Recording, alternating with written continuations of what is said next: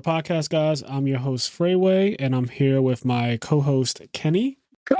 I'm sorry. And It was loud. It was loud as fuck. I'm sorry. Sorry. I got hype. Listen. I'm sorry. Listen, okay?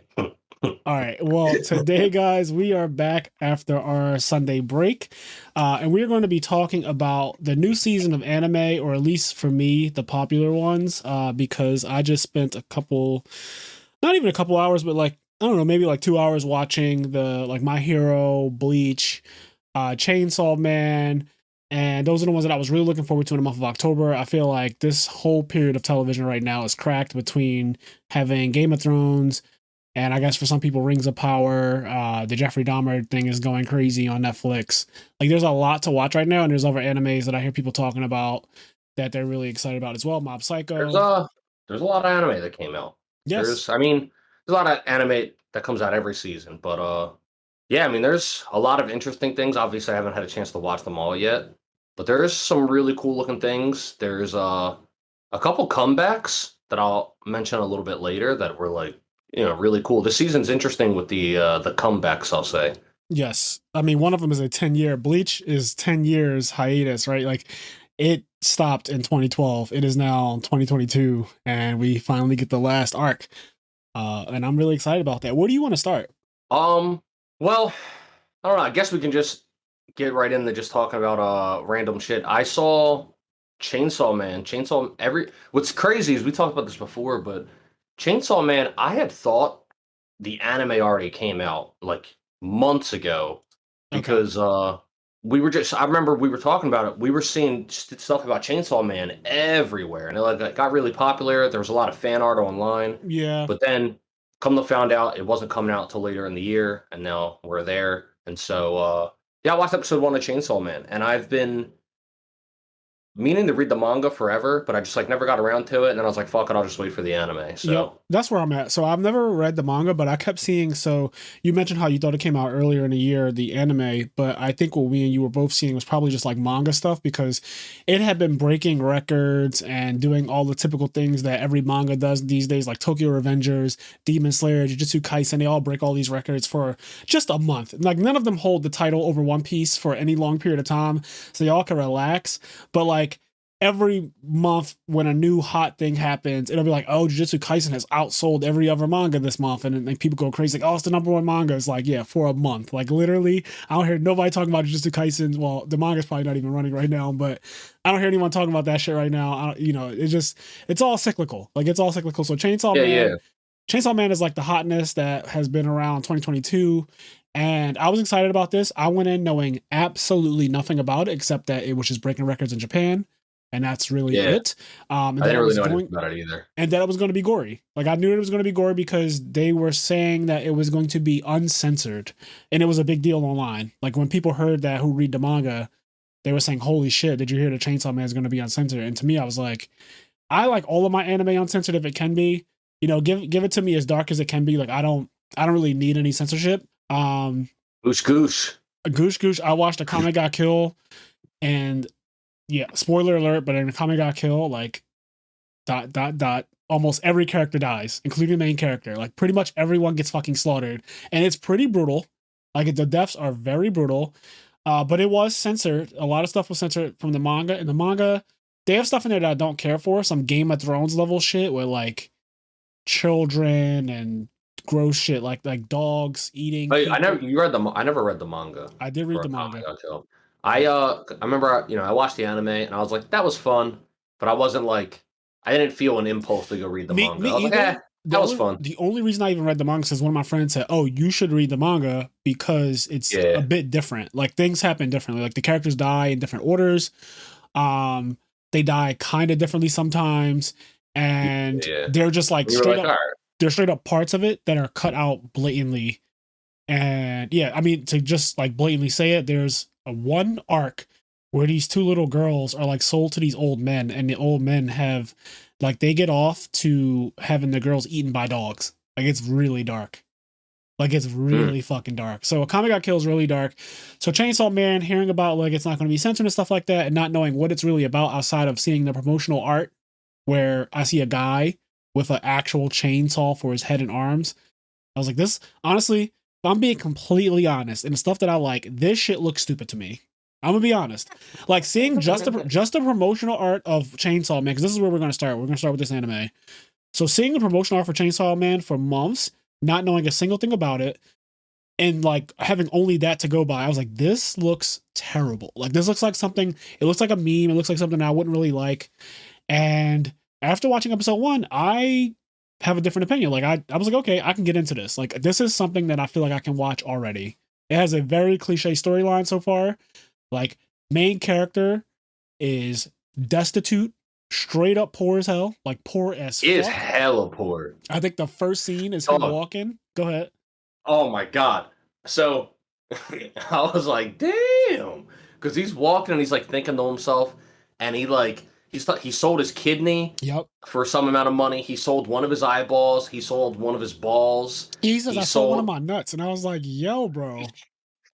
like he sold all kinds of his organs and parts of his body, and then you find out that he's like a devil hunter and or Yeah. demon hunter. I don't know what they call it. Well, Devil was on the translation that I got. I watched everything on Hulu last night, which is so weird to me that Yeah, Hulu got everything. I watched My Hero, Chainsaw Man, and Bleach on Hulu, and I just felt so weird for doing that. Dude, Hulu got the exclusive rights to Bleach. So before this month, people still didn't know where Bleach was going to air. It was because I was trying to find out like where Bleach is going to air, Crunchyroll, Hulu, etc. In that time period, all of a sudden, all of the episodes and the dubs of Bleach that were on Crunchyroll got taken down. So Crunchyroll lost all because Crunchyroll had all of Bleach on it in Japanese and English.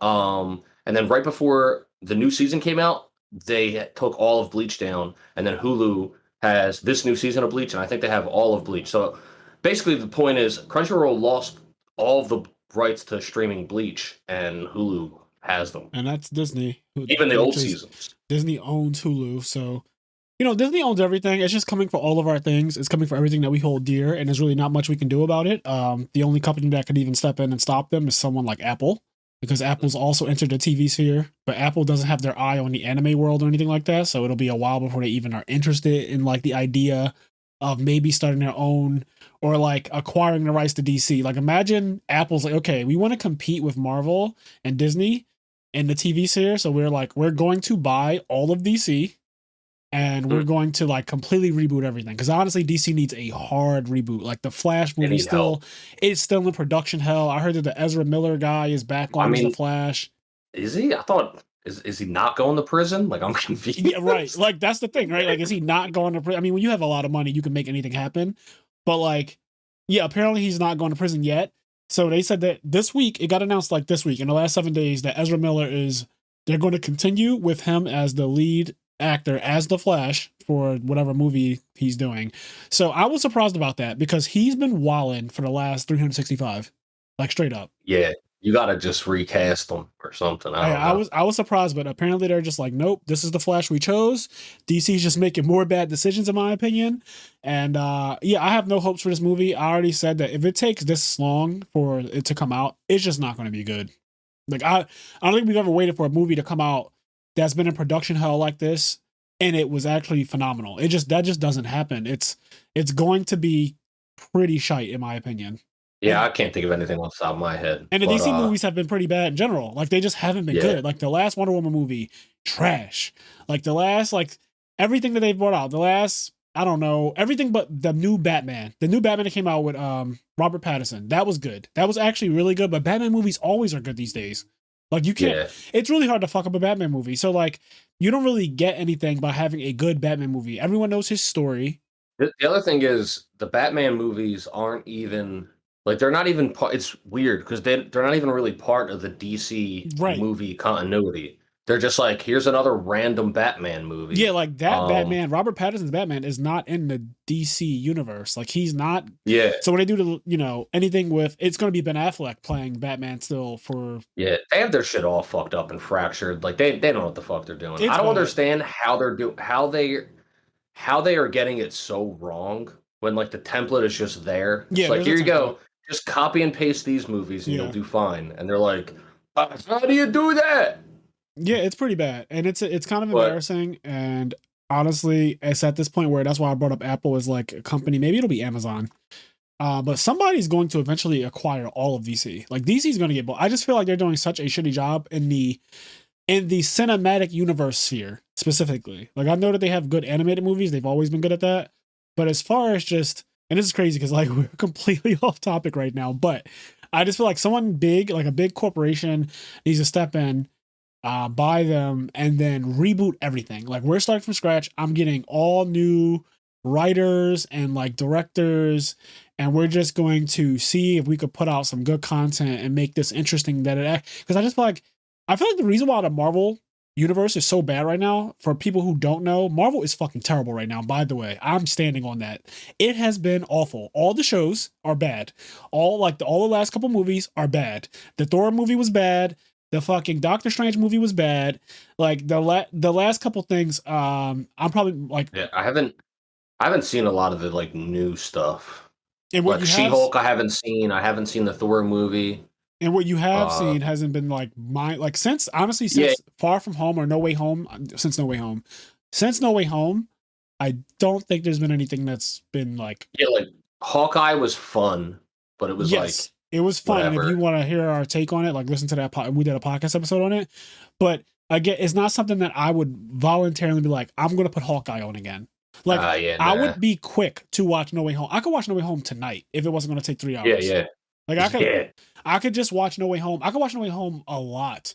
I could And see Hawkeye being put on like around during Christmas, Christmas yeah, time in the you said background. that. You said it in the podcast. Like, I Yeah, just agree like a with you. background. I don't even remember saying that, but yeah, like a background noise Well, kind you're of thing. consistent, if nothing else, Kenny. So there you go. No one will ever say you weren't consistent. But yeah, DC needs help. And just to get back on topic though, so Yeah, Chainsaw Man. Chainsaw Man, he was selling all his body parts in the very beginning, or he had already sold. Like he has an eye patch on, and I'm like, what the fuck? This is a teenager. He has an eye patch on. He sold his eye.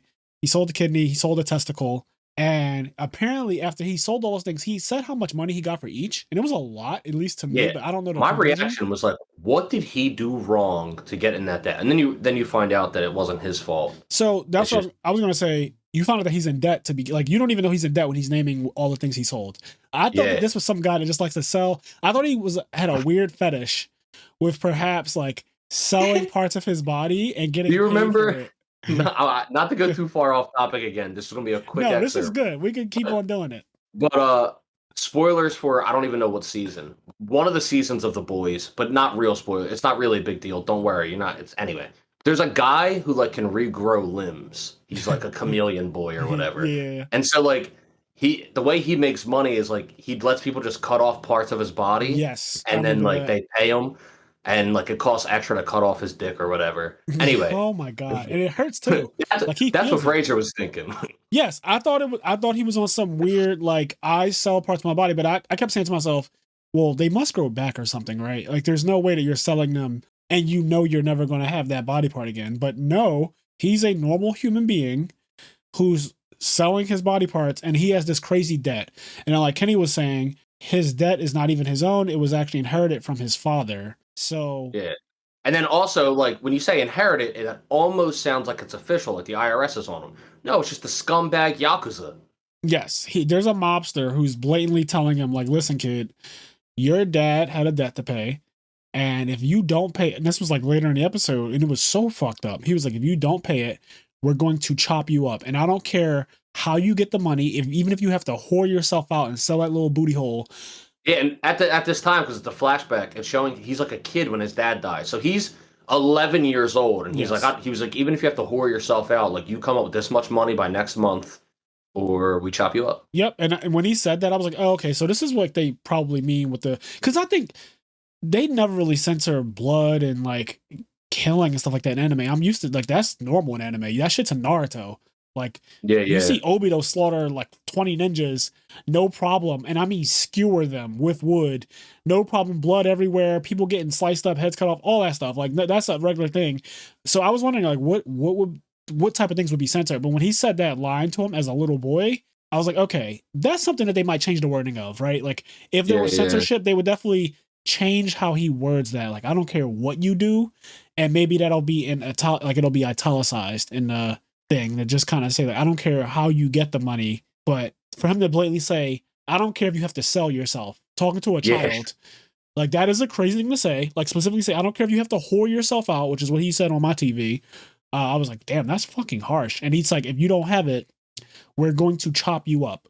yeah. So this mobster's a scumbag, and something I got worried about in the episode is because there's a part in the episode where he's like, oh, he's talking about the main character whose name I don't remember. The mobster says like that guy's loyal, he'll do anything for money, and like he's reliable. And then so like the guy's driver is like making fun of him, like, why do you even deal with this guy? He says that, and like the guy's driver says like, hey, if you eat this cigarette, I'll give you like $10 or whatever. And so he pretends to eat the cigarette, gets paid his $10, whatever. But there's a moment in the car where they almost try to make you. I felt like they almost planted the seed of like, oh, this mobster might not actually be that bad of a guy. And Right. 30 episodes down in the season, you'll realize like, oh, he was doing you a favor. Right. And I was like, I swear to God, if they try to make this mobster a good guy, that it's going to be, because like what he's done is irredeemable. Luckily, by the end of the episode, there's no redeeming him because he's dead. Yeah, the mobster turns out to be trash. But so I guess because we're just gonna jump around this episode, like we only have this to go on, and I assume Ken and I know nothing else past this. Like Yeah, that's it. I only know episode 1, so I don't really. Please don't like tell us what goes on later on and all that stuff because I really don't care. I just want to watch it and enjoy it. We're just going to be talking about our prospects for this new anime season and like the episode ones. Yes. And for My Hero episode 1 and 2, because both of them were, I watched both, and Ken and I are both further than the show is in the anime, so we'll keep it anime only, but we do know more than what was shown so far in the anime for My Hero. And for me, I know most of the Bleach Blood War arc because I read most of the manga for that and then stopped, but I'm only going to talk about just like episode 1 and not blatantly say like I know exactly where this is going because for people who only watch the anime, like a lot of people, I want to be respectful to you guys and not just tell you exactly what's happening. Anyways, with Chainsaw Man, so he has this like little pet thing. This little doggy red thing is so cute. Oh my god, it's so cute. And it has a chainsaw in the middle of its head, like in the middle of its face. It's just like a blatant chainsaw coming out of it. And it's adorable. And he goes around, he kills what's called devils. So I love world building. Episode 1s of anime are usually that type of thing, like world building. So when he approaches a devil, he doesn't react in any kind of specific way to it. It's just like, oh, there's a devil. So that tells me, okay, these are a normal thing in this world. Maybe regular humans are probably afraid of them, but he seemed to be pretty normal about it. So he's a devil hunter or whatever. And he grabs the little dog and he, yanks the chain of it and the chainsaw starts. And then, they go back and forth. But after a little quick sequence, you see that he killed the thing, and the mobster is like, all right, you get this much money for that kill, and he starts deducting all of this shit out of it. It's like management fee, this admin fee, another fee, and that leaves you with, after starting off with 340k, you end up with 70k. And then Denji, the main character, is walking home and he's like, damn, only 70k after everything. And he's like, okay, well, I have to pay this. And once all the bills are paid, we only have 1,000 yen, and that has to last us an entire month. And I was like, so right off the bat, okay, I get it. He's poor, he's destitute, he's living terribly, right? Like he's really poor. I can't express that enough. When he said that the 1,000 has to stretch for the rest of the month, that didn't make sense to me immediately because I was like, why wouldn't you just go kill another thing? And at that point, like, get more money, and that way you don't have to make 1,000. Like, there's no way I'm eating bread and just being like, all right, well, at least I made it through this next month.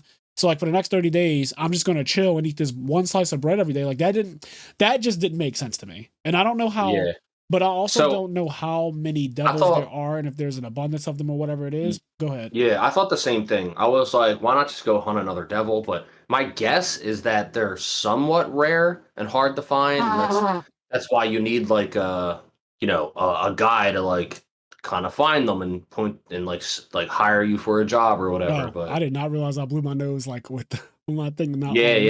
Sorry about that. You blew that nose real good. Everybody heard that shit, baby. Well, that's staying in the podcast. I'm so sorry. I thought I muted myself. I literally looked at my mic. I pressed the button, and I did not press the right button. So I apologize. But yeah. So we don't know how rare or how plentiful devils are. I guess if they were too much in supply, then they wouldn't go for a crazy price, right? So like if there's too many of them, it's like, well, these things are pretty common. Why would I pay you for it? So they probably are rare, but still, in 30 days, I just don't know why the game plan would be. I'm going to make 1,000 yen stretch, which from what I understand, 1,000 yen is not a lot of money at all. Yeah, I think it's like $100. I think Yeah, and I spent $100 in the last 3 days on food, so there's no way. Like I would make slice it. of bread a day, baby. I would make it. Okay, I would make it. I could make it. I'm Slice not it. gonna lie, because I grew up pretty poor, so I couldn't make it. Like if I really really needed to, I could peanut butter and jelly sandwiches, ramen noodles, that type of stuff. But Mm-hmm. Mm-hmm. like The classics. yeah, like I grew up eating all that stuff, like hot dogs. I could make it work, but I would hate it. Like I would fucking hate it. I've been eating Steak 48 and Del Frisco's and Roof Chris and like Maggiano's for the last couple of weeks. Like that's just honestly for the last couple of years has been how I've been eating. We got to do it, yo. We got to have like a poor month where Yeah, we I eat. mean, I could honestly, if somebody gave me a challenge, like make this 100 stretch as far as food goes, only food. Make this 100 stretch. Anything that you put in your body as far as food goes, food and drink, this 100 has to do all of it. I think I could take that challenge, even though right I now take is that like, challenge now. even though right now is like the worst time to do it because shit is so fucking expensive, bro. On the way home, I stopped at Primo's to get a hoagie, Yeah. and because I was like, I'm gonna get a hoagie, and I have this weird thing where I like my hoagies to kind of sit with everything on them. Like I get everything on it: oil, mayo, lettuce, tomatoes, onions, hot peppers, sweet peppers. I get all this shit on it, right? But then I don't like And to then eat what it. do you do? So hold on, Kenny. We're gonna get there. And then what do you do, This is how asshole? when your friends know you for a while, they know you have these weird quirks. So I have some weird quirks. But one of the things I've recently learned to do in the last like over the pandemic, so the last 2 years, I started doing this thing where I would buy a hoagie, but I wouldn't eat it. And a hoagie, for people who don't know, just a sandwich on a long roll. So I would buy it and I'll put it in the fridge and I would just let it sit. And I like to let it sit for a couple hours, if not for a whole day, because I like all of the like seasoning and like the taste of all the lettuce, tomatoes, onions, pickles, hot peppers, and all that stuff like soak into the meat and the bread and all that. I like it to just get like the flavor of it. But then when I actually eat the sandwich, I take all that shit off. Like I don't eat any of it. I don't want a salad on my food at all. So I take off the lettuce, tomatoes, onions, hot peppers, sweet peppers, pickles, everything. When I eat my hoagies, there's literally just turkey, cheese, mayo, and that's it. Like there's nothing else on it. But I like the I'll flavor of never everything else. fucking forget around probably the first summer or second summer we were hanging out. And, we were going to Wawa, getting food. And the one day we're like sitting up at the table, eating. And then like you order this hoagie with all this shit on it. And then I watch you sit at the table and take all of it off. I was like, what are you doing? And you were like, I like the way it tastes, but I don't like it. I was like, what? Yep. What does that mean? That's me. Just took all that shit off the hoagie and ate a fucking bread with some meat on it. Listen, it tastes delicious to me that way. I have my quirks. Okay, so the reason why I do that for people who are like interested in why I'm so fucking weird, it's really just because I have a texture problem. And for whatever reason, when I was really young, I never liked the idea of biting into a sandwich and then having something crunchy and kind of like slimy or like soft at the same time. So the texture of pickles, the texture of tomatoes, the texture of onions, biting into them and the way it's so different from the meat and the bread, it sounds so good. It triggers me. It is actually triggering. And honestly, it is borderline a phobia. Like if you tried to force that on me, it would cause me actual like pain to try to do. I can't do it. In fact, thinking about it right now is making me cringe. Just like the thought of biting into a sandwich that has like all of these vegetables on it or whatever, it does not sit well with me. So I've never liked the idea of all of those things on my sandwiches, but I like the taste of them. Like I like the taste of lettuce, tomatoes, onions, pickles, hot peppers, and all. I like the taste. I just don't like to actually bite into them and have the crunch in my mouth. It's too much. I'm weird. But yes. Oh, we know. Denji's dirt poor, and he's like, yeah, we're going to make this $100 stretch. And I'm like, I don't understand, but sure. And then they do like a flashback at some point where they show you how he even got his devil. Was it, he got injured, right? Like he was about to, not Denji, but the devil had like a hole in it. Like, I don't know if it got shot or something. The devil was injured. And then Denji, it was like right after his dad died. His dad he killed said himself. he was just going to let himself die at that point. Yeah. he accrued all this debt, all this shit happened, and he's sitting there, and then he sees the little devil, and then he offers it his blood, and the devil heals because it drank human blood, and then they Yep. became So they friends. gave us, so as far as world building goes, they gave us the fact that devils heal by drinking human blood, and then later on you find out that like devils also have this other thing where they can possess a human. And so again, this is all set up, which I love. Like now I'm understanding, okay, this is how things work. A devil can possess a human. If a devil drinks a human's blood, they can regenerate. So these are just like little things to just keep in the back of my mind at all times while watching this. And it's also setting up for why he's going to get gravely injured and be able to recover. Uh, I'm also wondering, and I'm hoping that it's just not the case, but in almost every shonen, I guess this is a shonen. In almost every shonen, you have this thing where the main character has some kind of demon or devil, and it tends to end up being the strongest one there is, or like one of the strongest ones that there possibly could ever be. So Black Clover, Naruto with the QB, Ichigo with the Vasto Lorde Hollow, uh, you know, Jujutsu Kaisen with him having Sukuna, literally the strongest demon or devil or whatever curse. Um, Demon Slayer, I'm certain that there's something in fucking Tanjiro, or Tanjiro is something. Like, there's no way he's not. He after that shit he did the Daki in the last season. I 100% think that Tanjiro is not just human. There's no fucking way. And the list goes on. Like the same thing with Yu Hakusho. Like the list goes on. There's very few where the main character just is not the strongest demon or devil that ever existed, or doesn't have it inside of him. And like One Piece, like Luffy is just Luffy. And I think there's like very few others. But yes, that's like a common trope in shonens. I'm very used to it, but it's very tired. It's very cliche. So him being like merged with a chainsaw by the end of this episode, I'm just hoping that it doesn't come out later that somehow, some way, his merge or that little fucking Puchika thing that he has, the little doggy chainsaw thing. I'm hoping that it's not like some absurd S-class demon that just once it bonds with a human, it makes the human one of the most powerful creatures in existence or some nonsense like that. Like, Yeah. just for the sake of being different, like just don't make him the strongest just cause. Yeah, overall, I'm interested in where it'll go. That last scene was cool, where he became a chainsaw man and like killed everybody.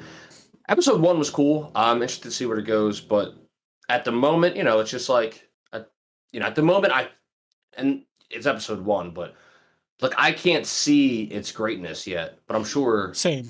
it's great. You know what I mean? So, like, or it might be like, you know what I mean? Yep. There's nothing about it that's remarkable yet at all. Like it is It's just fine. It's episode 1. right. And I liked it. Like I watched it and I was entertained for the full 22 Same. minutes. I was entertained for Same. the full 22 minutes. But it's episode 1. I don't expect to be too blown away. And I wasn't blown away, but there are things that I like, and I want to talk about this with each of these anime that we're going to talk about. I do have like a in my head list of stuff that just like to check off, because anime has gotten so much better in the last couple of years, and I'm really excited about that. Like they've stepped the game up a lot. So animation, Chainsaw Man looks good. In particular, when he became Chainsaw Man and the actual buzzsaws on his arms and face started to move, the animation and the sound design, the sound editing on that particular part is dope. Yeah. Like, I was very impressed with the actual visual of how you see the buzzsaws going around really rapidly and the vibration of it. It looks clean as hell. Like the animation. Yeah, they're pretty dope. Chainsaws in general are just cool. Like the noise they make and everything. Because when you're watching it, right, there's almost a part of you or me, right? I remember thinking to myself, like, in some instances, it would just be more effective if instead of chainsaws, they were swords. Because, like, chainsaws can, like, jam or whatever, and he's just, like, slashing them through, right? Right. But that doesn't matter because, like, chainsaws are just cool. I mean, swords are cool, too, right? Yeah. The fact that chainsaws go, like, the fact that they make, like, a motor noise. Yeah, the sound of them is amazing. Like, that shit's sick. And so, fuck it. And like the blood splattering everywhere. Yes, so it's very gory, and I really appreciate it. There was an action sequence at the end where he just snaps out, a bunch of zombies try to pile on top of him.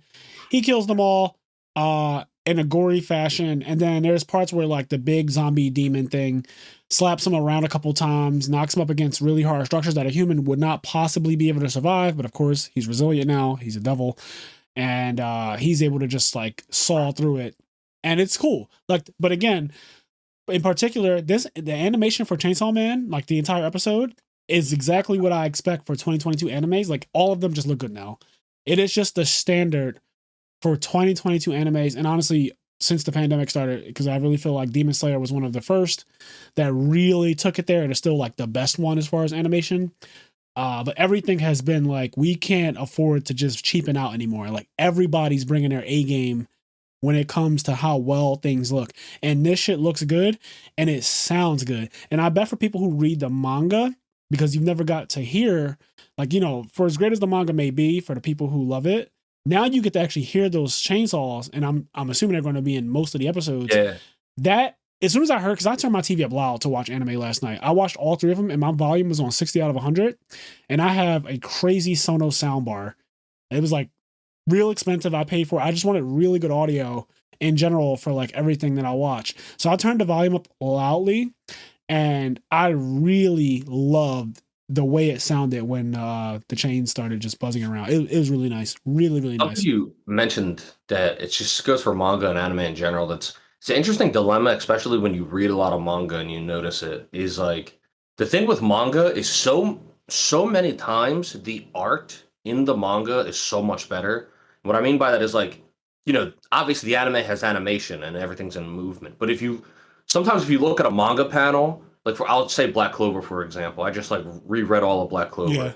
Um, the individual panels you'll see will look so sick and clean. And then like that same moment in the anime, in animation would look cool, but like some of those still moments, like the art's just like not as clean. Yeah. And so that's one of those interesting push and pulls where, like for example, I've never read Chainsaw Man, but I can imagine because I've seen some like images, the art and some of the panels in the manga probably look awesome, right? And this anime looks awesome too, but I'm talking about like specific moments. But anyway, the other side of it is like getting to see it in motion and getting to hear the sound effects and the sounds of the characters' voices. Like all Right. that shit is so good. It's just I don't know. It's weird. It's a weird push and pull sometimes. Like I So can think of some manga where it's like, man, I love the way it looks in the manga so much more. But then what the anime offers is like really good in this other way. so I can concur with that, especially when it comes to One Piece, and especially One Piece earlier episodes, not so much the latest stuff because One Piece looks good now.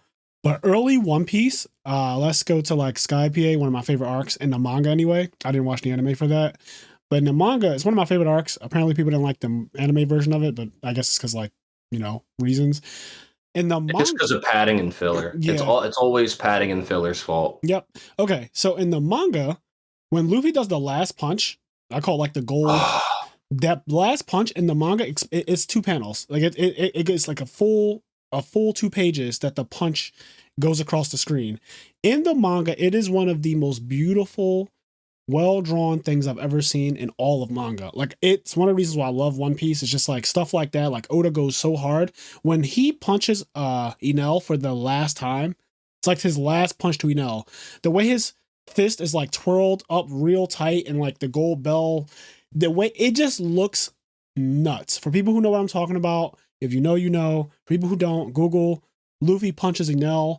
I'm sure it'll come right up. It is so beautiful. The panel is so fucking nice. Like you can just tell that Oda spent a lot of time on that particular drawing. It's really good. Kenny knows exactly what I'm talking about. Oh yeah. And it doesn't look as good in the anime. Period. Like it looks fine for what it is because this is also old. This is early One Piece technically. Like this is pretty early on.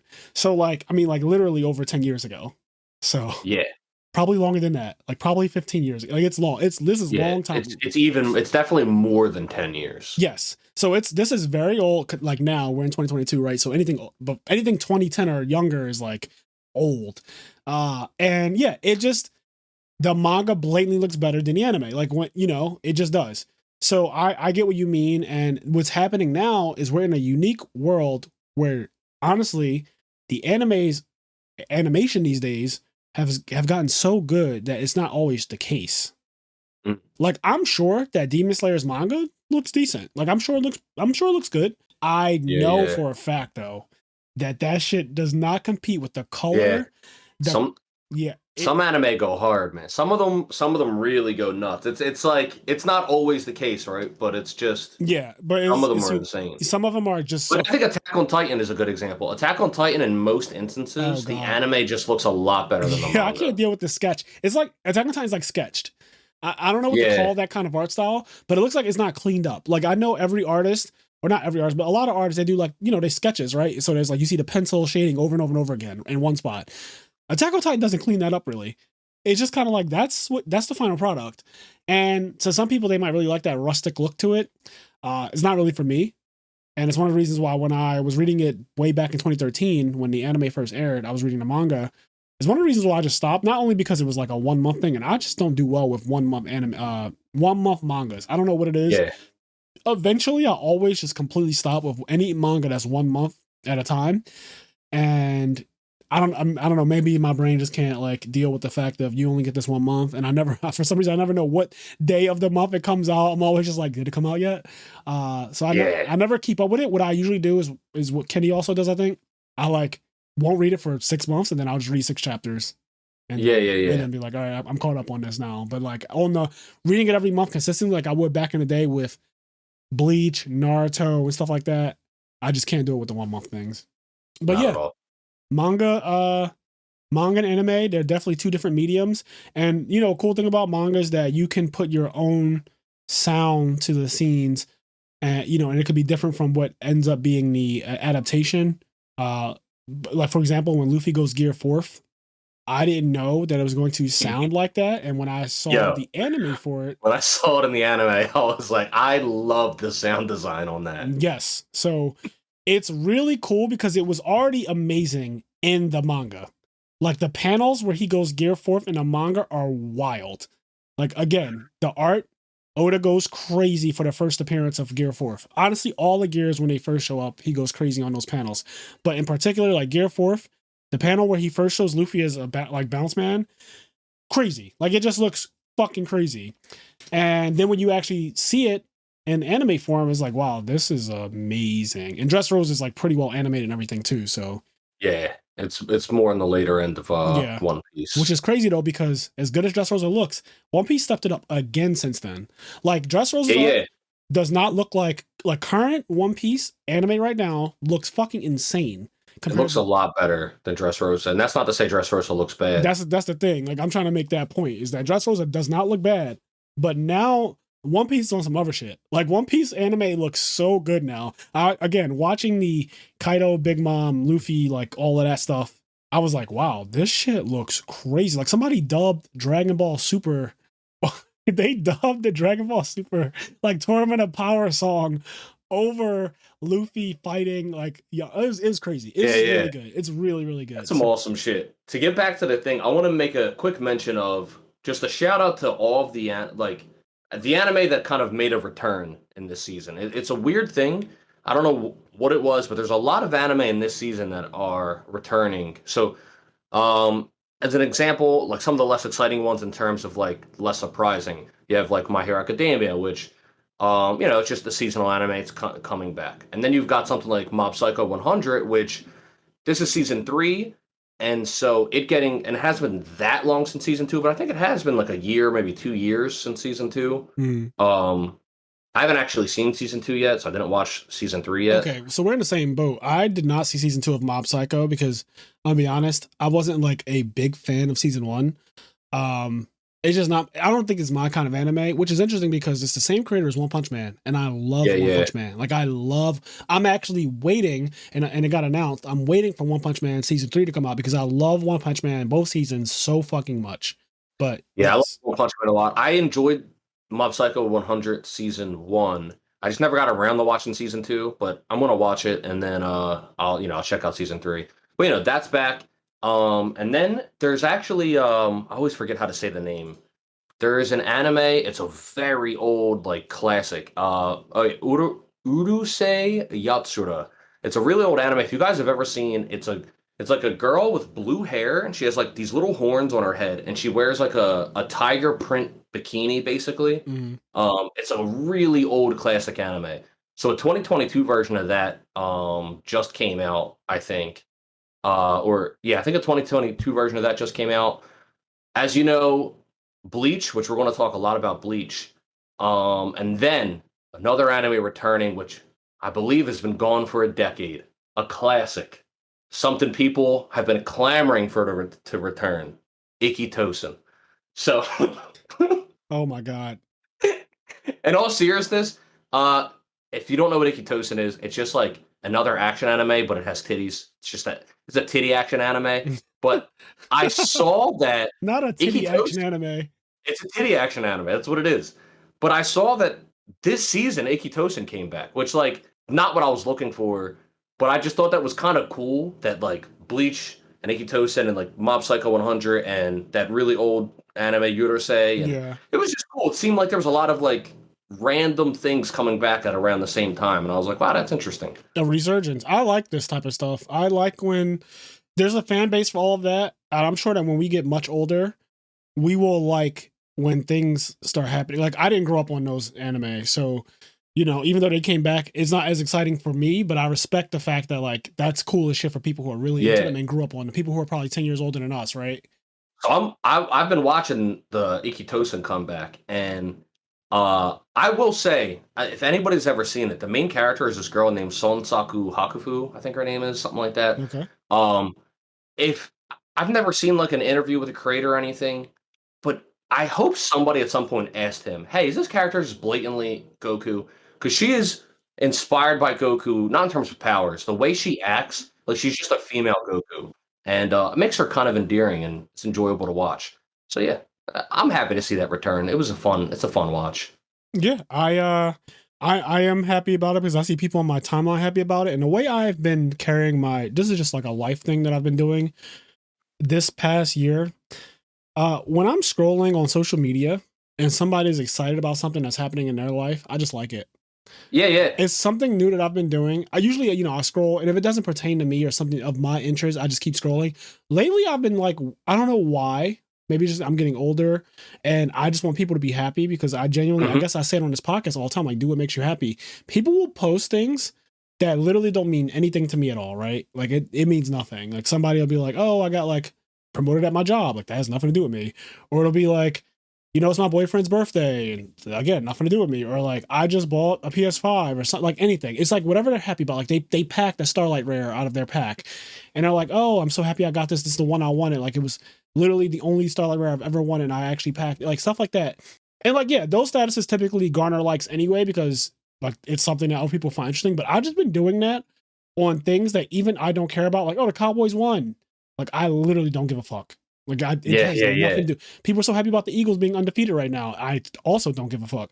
But like I like those statuses now because I just like anything that makes other people happy. It just makes me kind of happy too. Like a little Yeah, inkling of me is like I'm happy that this person is. If you're happy about it, I'm happy for you, and that's kind of how yeah, I've been feeling. that's a form of maturity. It's a form of empathy. Yeah. I feel that, dude. I had What's happening? because this is not the same thing, but to me it is the same thing. I recently had a very similar moment, right? Mhm. I think of it as like empathy. I was coming home, I went to the store and I got something to eat, right? So I'm walking back, I got my food in my hand, and there's like this guy, there's like a dad on his lawn with like his daughter. His daughter's like in a stroller, right? And I'm not paying him any mind. I'm just walking and I kind of have my head down. And then I hear him drop something, and I don't like look or anything, but I hear him drop something and he goes, fuck. And I just hear him say fuck. And I continue walking. I don't even look to see what happened, but I smile and I go, I'm that guy. Like, I get it. Like, the way he said fuck, I understood who he was as a person. Like, I've been there. It's a specific fuck, and I understood it. I had empathy for it. And it's like, in that moment, I don't know who that guy is. I don't know what his beliefs are, but I guarantee that there's a nugget of wisdom. Me and him could be friends. Oh my We god. understand each other on a level. That fuck, that was a human fuck. Oh my god. Well, all And right. we would get along. Well, I agree in a way, as weird as that is. But yes, I've heard people say things that I'm like, that's me. That's just Yeah. that's also me. Like I am also that guy. So I get what you mean in a way. And maybe it wasn't the word fuck that did it for me, but you know, you're you. So you're, and it makes you happy. So, you like I said, it gives me an inkling of happiness too. But yes, so, you know, this episode, we're all over the place, just ranting, but that's kind of the I'm There podcast at this point anyway. You guys know where we are. And I guess we could move on to the next big thing, which was Bleach. You want to do Bleach? So wait, the main things you watched were Bleach, Chainsaw, and My Hero, right? That's correct. So I kind of like I want to do Bleach first? last. Okay, that's fine. Because Bleach was like my favorite. All right, well, out of the all right. three. Well, before we move on, let me actually just give a shout out to our patrons over at Patreon. I'll just use this time to segue into that. It's like a mini break. So there are 40 of you guys. Thank you so much for supporting the podcast. We really appreciate it. Also, for people who don't know, and if you're listening to this episode, Patreon used to charge you on the first of the month, no matter when you joined. So literally, if you joined on the last day of the month, it would charge you that day, and then it would charge you again on the first. It's wild. I never liked that about it. And what it would do is it would basically incentivize people to not join Patreon and subscribe to people that they like until a new month starts. Now they offered an option to to the creators, so people like us.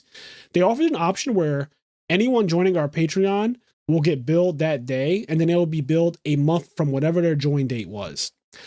And we're allowed to toggle it on or off, but we're allowed to toggle it on. And once it's on forever. I actually took the liberty to toggle it on because honestly, it helps you guys out who want, I don't want anyone to join, let's say today, when we're recording this, it is October 12th. And if somebody were to join today, they would get the next 18 or 19 days of October, right? They already paid for that, but then they would pay again on November 1st. So like the first 12 days of October that they were not a patron is just kind of a wash. And it's pretty stupid. I feel like all subscriptions should just be like, I pay on this day and my recurring billing date should just be that day every month. Like it's 2022 and that technology has existed for a long time and there's no reason why we couldn't have it. So I'm glad that like we toggle that on. So if you were to join our Patreon today, you would not be charged again until you're a month from when you joined every month. So yeah, that's just like a thing that honestly makes me a lot happier with Patreon, and I don't feel awkward when some people join and it's like the last 5 days of the month, and I always feel back. So I'm like, man, that person's gonna get charged, and they're gonna charge again. And if that happened to me personally, I would just feel like, I would be confused because especially if you don't know. I don't know if Patreon tells you before you join or whatever, but like I would just be confused when I see another charge come up on my phone because I get every single thing charged to my credit card comes up on my phone screen. I'll be confused like, wait, what the fuck? Like, is this fraud? Like I wouldn't know what's going on. Yeah. But now it's in a much more modern style of billing. So anyways, again, thank you for the 40 people who are on our Patreon. A lot of you have been on it for more than 1 month, and so we really appreciate all of you guys, and we give a shout out to you guys. Even though like it says the shout out start with our $10 patrons or whatever, we give it to literally everyone because we just appreciate everyone so much, especially because we're still a very young podcast. It's a year old, where we just crossed 100 episodes. Shout out to us on that. But yeah, we're over 100 episodes. I think this is like 104 that we're recording right now. And yeah, people look for this podcast every week, and I really, really appreciate that. And the people who go hard and they want to hear the extra episodes that we put only on Patreon. That just reminded me. I don't know if he's a patron or not, but Frazier, do you know? And if you don't know, he might get sad. Do you know a Yu-Gi-Oh player named Matt Putman? Yeah, 100%. Yes, dude. So for those of you that don't know, last weekend I was at my sister's wedding. Okay, I'm at my sister's wedding, and I go up to the bar to like get a drink, and somebody walks up to me. And I don't recognize him. And he goes, "Hey, what's up, Kenny?" And I was like, "Hey." And now, mind you, I'm at my sister's wedding. There's a bunch of people there who I know but don't know. Yeah. And I was like, "Hey, what's up?" And he immediately, before I get a chance to say like, "I don't remember your name," or before I get a chance to pretend like I remember him, because I did that a lot of times too. Somebody goes, "Hey," and I go, "Hey, it's been so long," and I don't know who they are. Oh my fucking goodness! I did that a bunch. But anyway, he goes, "You don't know me, but I know you." And I was like, oh, at least he said that. Yeah, he straight up. And then, anyway, he was like, yeah, like, I listened to the IMNerd podcast, like you and Frazier, blah, blah, blah. And I was like, oh, that's fucking awesome. I was like, that's so crazy. And then I was like talking to him and I was like, what's your name? And then he said his full name. I was like, oh, and like I recognized his name, the sound of his name. And I was like, oh shit, like I do know that name. And so anyway, shout out to Putman. He was at my sister's wedding. That shit was fucking crazy. I know Putman. He was actually playing AU Edison format for a little while. He hasn't been there in like I want to say like 2 or 3 months now, but he was playing for a while. Him, Dimitri, and who's also like they're on Patreon. Him, Dimitri, and William Shapiro. They were all on Patreon at one point, but they would show Yeah, up. yeah. They would show up to the local to play Edison format, and that was really fun. Like that was when Edison format was at its peak. It was the summertime, right? So a lot of people didn't have as much stuff to do, more relaxed, so people were more inclined to play. And yeah, I fuck with Putman. Like he's one of the players that was around when I was growing up, and I'm obviously older than him and everything. But yeah, he was around his little posse. And yeah, I think the last time I played him, I think he beat me too. I'm not sure, but I feel like he did. So I owe him an ass whooping too. You owe him one, baby. I owe him one, yeah.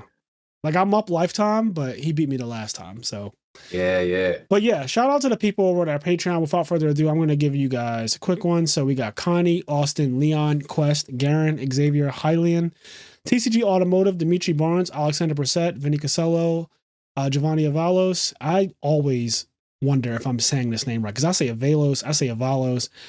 I don't know if I'm saying this shit right, so I'm so sorry if I'm not. But shout out to you, Giovanni.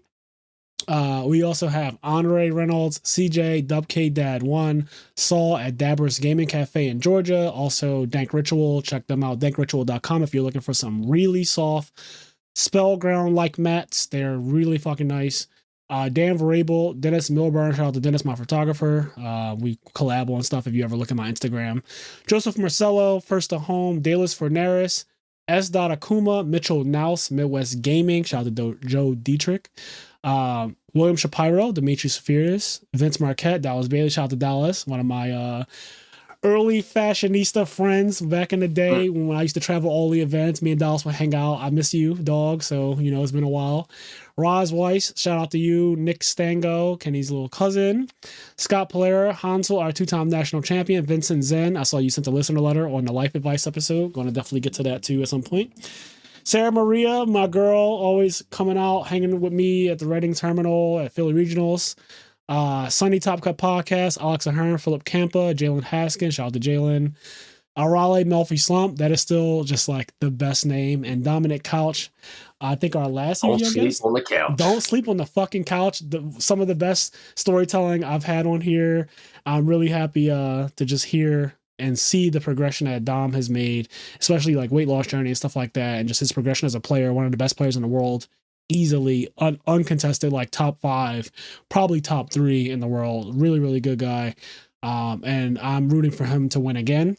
So yeah, those are the 40 people who are supporting us right now. And if you want to join, if you want access to exclusive content, if you want access to our Discord server and other perks that we have on our Patreon, check it out. I'm recently been thinking about ways that we can even improve our Patreon, but yeah. I think in overall, like we do a pretty good job releasing an exclusive episode every single month for you guys. And the last 2 months or last couple months, actually, people have like voted on them from our Discord server for people. So if you're interested in that type of thing, check us out again. IMNerd Podcast on patreon.com. Hell yeah. Let's go over to My Hero Academia. So I watched the beginning of season 6. And coming right off of the My Villain Academia arc, which is one of the best arcs in my opinion. I love villains in general. My favorite Marvel movie ever is Infinity War. I think it is the best Marvel movie. And the reason why I think it's the best is because it's really a villain movie. Like it's really following Thanos as he goes through and solos the entire verse in a day and then basically wins. Like it's a 24-hour period, right? Like it might cross like a day, like it might go from May 16th to May 17th, but he does everything in a 24-hour period. And it's really impressive. And then at the end, the heroes lose. I love shit like that. So My Villain Academia to me is some of the best manga I've ever seen. So when I read it, I was like extremely happy. I actually read it last year when I was sick in the hospital, and I was messaging Kenny and like my friend Gary and stuff, and I was saying like, yo, this is some of the absolute best manga I'm pretty sure I said that like verbatim. This is some of the best manga I've ever read. Like that arc is amazing. Not like the best or anything. It's not One Piece, but it is still the way the tension was every chapter to chapter, the storytelling, everything. I love My Villain Academia. And because it was a manga, it was very uncut, it's very raw, it's very dark, the stuff that happens. So I really, really liked that whole arc. And then this arc where they storm the hospital, where basically the doctor who's been assisting All for One this entire time This arc is so fire to me as well. Like this is where it really is like some of the best manga ever. And so Yeah, now seeing it animated. I'm like scared. Yeah, I'm not gonna say there's like a lot that I have to hold my back from saying because like We there's some know it. stuff there's some stuff that get blended together where it's like I don't know if it's been shown or not yet, but in general, this arc is awesome. Them storming the hospital. Something I love about My Hero in general is that like shit shit happens. Like it doesn't wait too long to happen, and so that might sound odd coming from me, who's complained a lot about certain anime like Demon Slayer or Black Clover, where they're pacing sometimes too fast. The thing I like about My Hero is that the pacing's fast, shit gets to the next thing, but there are like downtime arcs. Yeah. Um where and a lot of those arcs are the arcs that people like the least. They're not my favorite arcs either. However, I do really like that they're there because they provide much needed downtime and much needed time for development of the characters. And then we get into the explosive shit. That said, this arc starts and it's in. Yo, It's fucking bro, in. there's no build up. It's right after the last arc ended, and it's straight to it. Yeah, Episode baby. 1 is action from the gate. And something else that I like about My Hero, we're going to do, and we've been saying this so often. So it's coming. I promise. It. You know what? I'm just gonna say it. Before October's over, we're going to do a My Hero exclusive episode. So I'm not going to talk about all the past seasons in this Yeah, yeah. particular podcast episode. We're just going to talk about these first 2 episodes. But one of the things I love about My Hero, and it really showcased it in these first 2 episodes of season 6, it doesn't need the main character to be good. Oh yeah. Yeah. In It's fact, awesome. In fact, these 2 episodes, Deku has like one line. Yeah, he's not really in it. And that's something I very much appreciate it about any. I'm going to specifically talk about anime and manga because that's the medium outside of video games that I consume the most. I watch movies and TV shows, but I'm not as into them as I am anime and manga. But sort of I would say a hallmark, and your series doesn't need this, but it is nice when it has it. But a hallmark of your series, a testament to your series, and a testament to you as a writer, is when you're confident that you can take away the main characters and the series is still good. It Yes. still stands on its own. As an example, there's an arc of One Piece where Luffy's still in it all the time, but other than Luffy, the rest of the main cast is gone for like hundreds of chapters. Yeah. It's like the rest of the main cast isn't there, and it's a testament to how strong the writing is in One Piece that taking away all these characters that people love that rank top 10 in the user polls every single month, taking them out for like an extended period of time and it's still being really good is really impressive. Yeah, My Hero that's Academia, years, by the way. 100 chapters Yeah. is years. My Hero Academia, it doesn't need Deku's obviously an important character, but it's built up its other characters so much at this point where like it really doesn't need Deku for multiple episodes and it's still awesome. Yes, like Kaminari got a chance to shine at episode 2 of season 6, where he comes out against a thunder user and he acts as a lightning rod. And that's how the episode kind of ended. And I thought that was really cool. Just like stuff like that, where that there is a good matchup against this villain in one of the characters, and they're going to use him for that good matchup. That's awesome. Like it's just really cool how they're utilizing. And this is one of the things that I liked about original Naruto, like before it became Shippuden. Original Naruto was a great show because while yes, the show is called Naruto, it focuses on Naruto. It didn't need him to be in every single part to be good. Like the Sasuke retrieval arc, all of those independent scenarios were amazing, and they didn't have Naruto in them. Yeah, they were really good. The other thing about early Naruto was that, and it's kind of similar to something that's good about My Hero, is that there was a lot of matchup based things. Yeah. So like obviously being strong and being powerful was important, but it did feel like in early Naruto you could be a weaker ninja and win a fight. Yep. And that's something I like about My Hero is like they do get to showcase like it's not all just about raw power. There are like certain matchup things that make things a little tricky.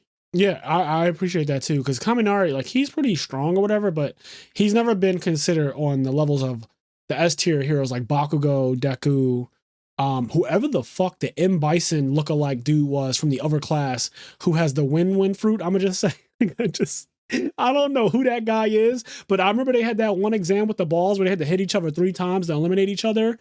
And he put his hand up in the air and a fucking wind cyclone started and all the balls hit like everybody in the vicinity. He eliminated literally 50 people in an instant. That guy, he's just like Bison. He looks insane, but he's in another class. He's like one of the best students, if not the best student in the class. Yeah. He's ridiculous. Like they just have so many unique characters, and I love that about the show. But yeah, My Hero, there's like S tier characters, and you know who they are. Like Shigaraki would be an S tier. Obviously Shoto Todoroki is an S tier. I would say at this point Tsukuyomi is an S tier. Like he's been doing some shit in the last couple of like, Yeah, you know, yeah, we're gonna talk yeah. about it more, but Tsukuyomi's pretty up there Dog as well. Shadow. Yeah, like, and I think he got second against Bakugo or whatever in the actual exam that they had a while ago. Like I think that it was Bakugo who won, and I think he was second, and I think the reason why he got second or whatever, or maybe he was third, but he was in top three. He was on the podium. Yeah, And yeah, yeah. I think the reason was because, like, you know, Bakugo was able to make light happen out of one of his blasts, like created light, and that obviously fucks over the shadows. But yeah, there's some S tier heroes, and then there's like heroes that are just, they're good, but they're not on the same level. And I feel like Kaminari falls in that kind of like Red Riot. I wouldn't say he's S tier, but he's good. Like he's a fucking good hero.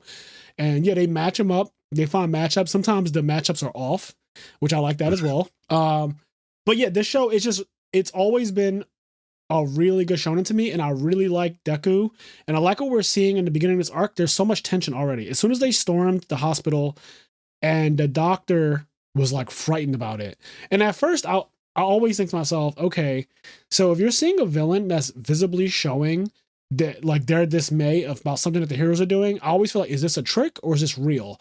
But he is genuinely annoyed and afraid that the heroes have shown up. Like, how do they find this place? Dude, something that I love about My Hero is that they don't rely on the trope of like, this was the trap card of my trap card's trap card. Yes. There's been a couple times in My Hero where the heroes get together, they put together a plan, and they're like, we're going to storm the villains. And we have to do it now so they don't have time. And so, like, this is happening here at the hospital. They're storming, and, like, the villains legitimately don't know they're fucking coming. Yes. And they get caught off guard. They get blindsided for real. Yeah, and it's not like one of these things like, oh, we knew for 300 years they were going to storm on this day. And they have some kind of backup plan. They actually don't. They're actually blatantly fucked, and I really like that because that's what would happen. Like, for example, you know, if I was streaming or whatever and I got swatted, like, I don't have a fucking trap card laid for the SWAT team. Like, when they come to my house or whatever, you know, like, people get swatted. Like, that's a real thing. Yeah, they're not prepared. It's so scary. They're not prepared for that shit. And so, yeah, when somebody kicks in your door and fucking kicks in your windows and shit, like, you're supposed to be caught off guard. So I like the fact that the villains are, for lack of a better word, they're human, and that they don't have a plan for every plan. And so when it's happening, when the one instructor at UA, he's the clay fruit, and it fucking completely envelops the Paranormal Liberation Army's hideout or whatever. Like, it start, and they're shocked. Like, when that shit starts happening and they're like, holy fuck, we have nowhere to run, they're genuinely surprised about it. They're like, holy, like, they're storming us, we didn't know this was coming, and they're freaking out. And the doctor runs to the, like, his basement lab or whatever, because the one that they captured at first was a duplicate, and even though they call it a duplicate, it's still bad for him. So the real one's like, they call it a duplicate, but it's not that he knew they were coming. It's just that he's been in the basement working on something for so long that he's used a duplicate to just do his normal doctor duties. Yep. And so it's not like a trap for the heroes. The duplicate doesn't explode and kill someone or anything like that. It's like, nope, it's just mud. And it's just like, yeah, you didn't get the real one. But the real one, Mirko, the fucking rabbit chick, the number 5 hero, she is crack. She's fucking awesome. When I love how, first of all, they storm this hospital with a ton of heroes, and then they also have a bunch of other heroes on another front storming another place. But they stormed this hospital with a shit ton of heroes, and they got stuff they're doing. And Endeavors just sends just her. He's like, you go, like, just her. And she darts down the hallway, gets to the basement, and like is caught. And I love the animation of My Hero Academia. Like, the animation, I just always really, really like it. It's so clean. And the art of the character. So when I see her and that smile she has and her just going off, it gets me so fucking hyped. She looks so menacing. She looked like she really does. She looks like she could be a villain. She has this evil little smile, like this devious smile. I love everything about her. I love the fact that her power is basically just like enhanced physics, but then she's so good at fisticuffs. The way she fights, her moves are reminiscent of All Might's. They're just like physical attacks. There's nothing extra about them. There's no she energy. Just rumbles. She just rumbles. And it's so fucking cool looking. And so when she burst into the lab and the doctor's all freaking out and everything like that, She starts breaking shit immediately. Like there's no moves everywhere, of course. There's all these quirks that he said he gathered. He said he spent all this time. He says everything is in his hospital. For the last several Yeah, decades, they do a little flashback of All for One from behind because this is before his face got messed up. But they show him and All for One working together, and he says this lab has all of my work for the last several decades and everything is here. So he's not capping. Like this is a real thing. It's not like, oh, you got this hideout, but you didn't get our real hideout. Like all of those bullshit tropes that typically we see where there's always some extra thing happening. That's not the case. This is the real like this deal. is the real hideout. They found the real hideout with all the real shit, all the quirks that he stole. He said, you know how long it takes to develop and steal a quirk? And he's breaking, like the doctor's breaking it down for us, and this is world building. He's explaining like what it took to steal quirks and store them and transfer them to Nomus. And he talks about how there's top tier Nomus, there's high tier, and there's like mid and low tier and stuff like that. And they show a little diagram of it. And I like all of that. I like all of that building.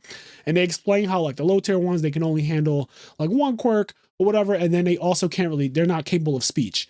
And then he says the top tier ones though, the upper echelon, those ones can handle multiple quirks and they take on personalities. And they're also capable of speech. And we saw that with the one in Endeavor Fault that damn near like fucking killed him, took half his face and all that. So I was really happy that they explained something that you saw not too long ago, like season 5 when Endeavor fought that fucking crazy ass Nomu.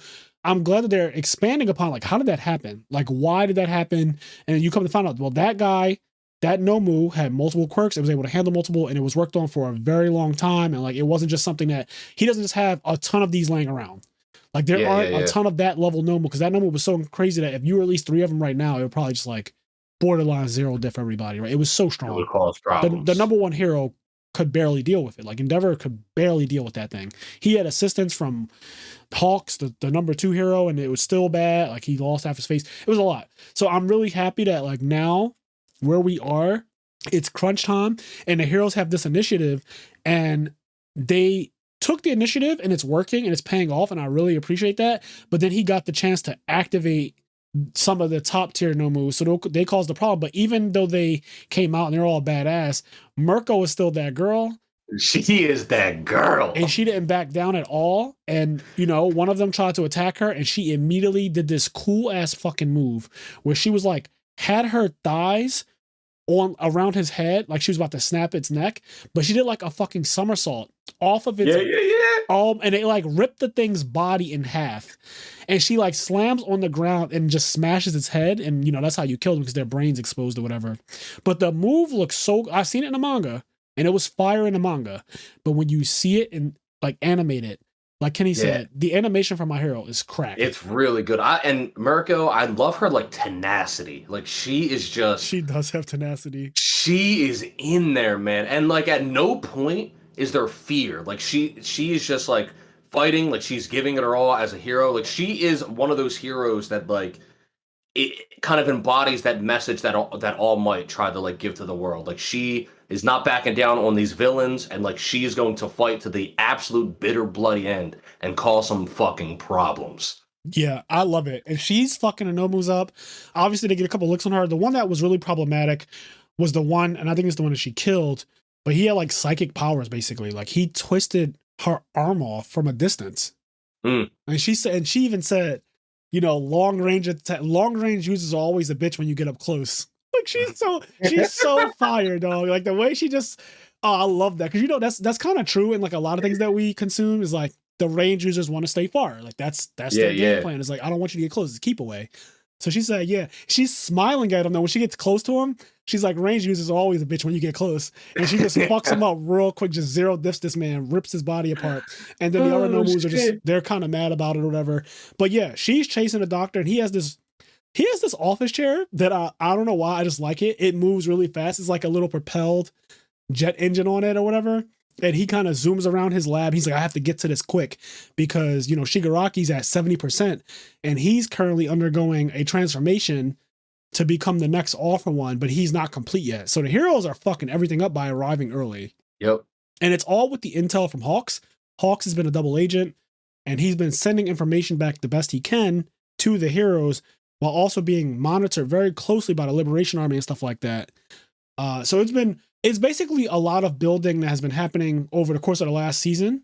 that Yep, is yep, you're yep. getting a payoff, and I like that this one just starts off like Kenny said, it just It's starts off yeah, fire. it starts moving. Like it Yeah, starts off moving. I really like that Shield hero too. The one guy, I don't remember his name because I think this is one of the first arcs where you really see him get to do stuff. But he can create shields from anywhere. He's really dope. And in general, there's just a lot of cool heroes that I'm interested to see fight, and they're showing them fight now. Like I saw Midnight was there, and there's this whole group of heroes that are assigned in the back, and they're supposed to be there in case any villains try to escape. They're at the rear so that they can like capture them, and they're all eager because Bakugo's like, why the fuck am I part of the evacuation group? Like, why am I part of this group that's Yeah. like in the, I'm not in the, he wants to be in the vanguard. Yes, And he does. they actually chose specific people to be in the vanguard based on their, obviously their quirks, because depending on your quirk, if it's like a quirk that can take out multiple people, they put those people in the vanguard. So Kaminari was in Yeah, the vanguard try for that to reason. try to get rid of multiple people at once. It's a very smart, organized tactic, and it just feels really believable. It feels like this is what you would see in real life. Like if the FBI had a fucking superhero quirk force, like Yeah.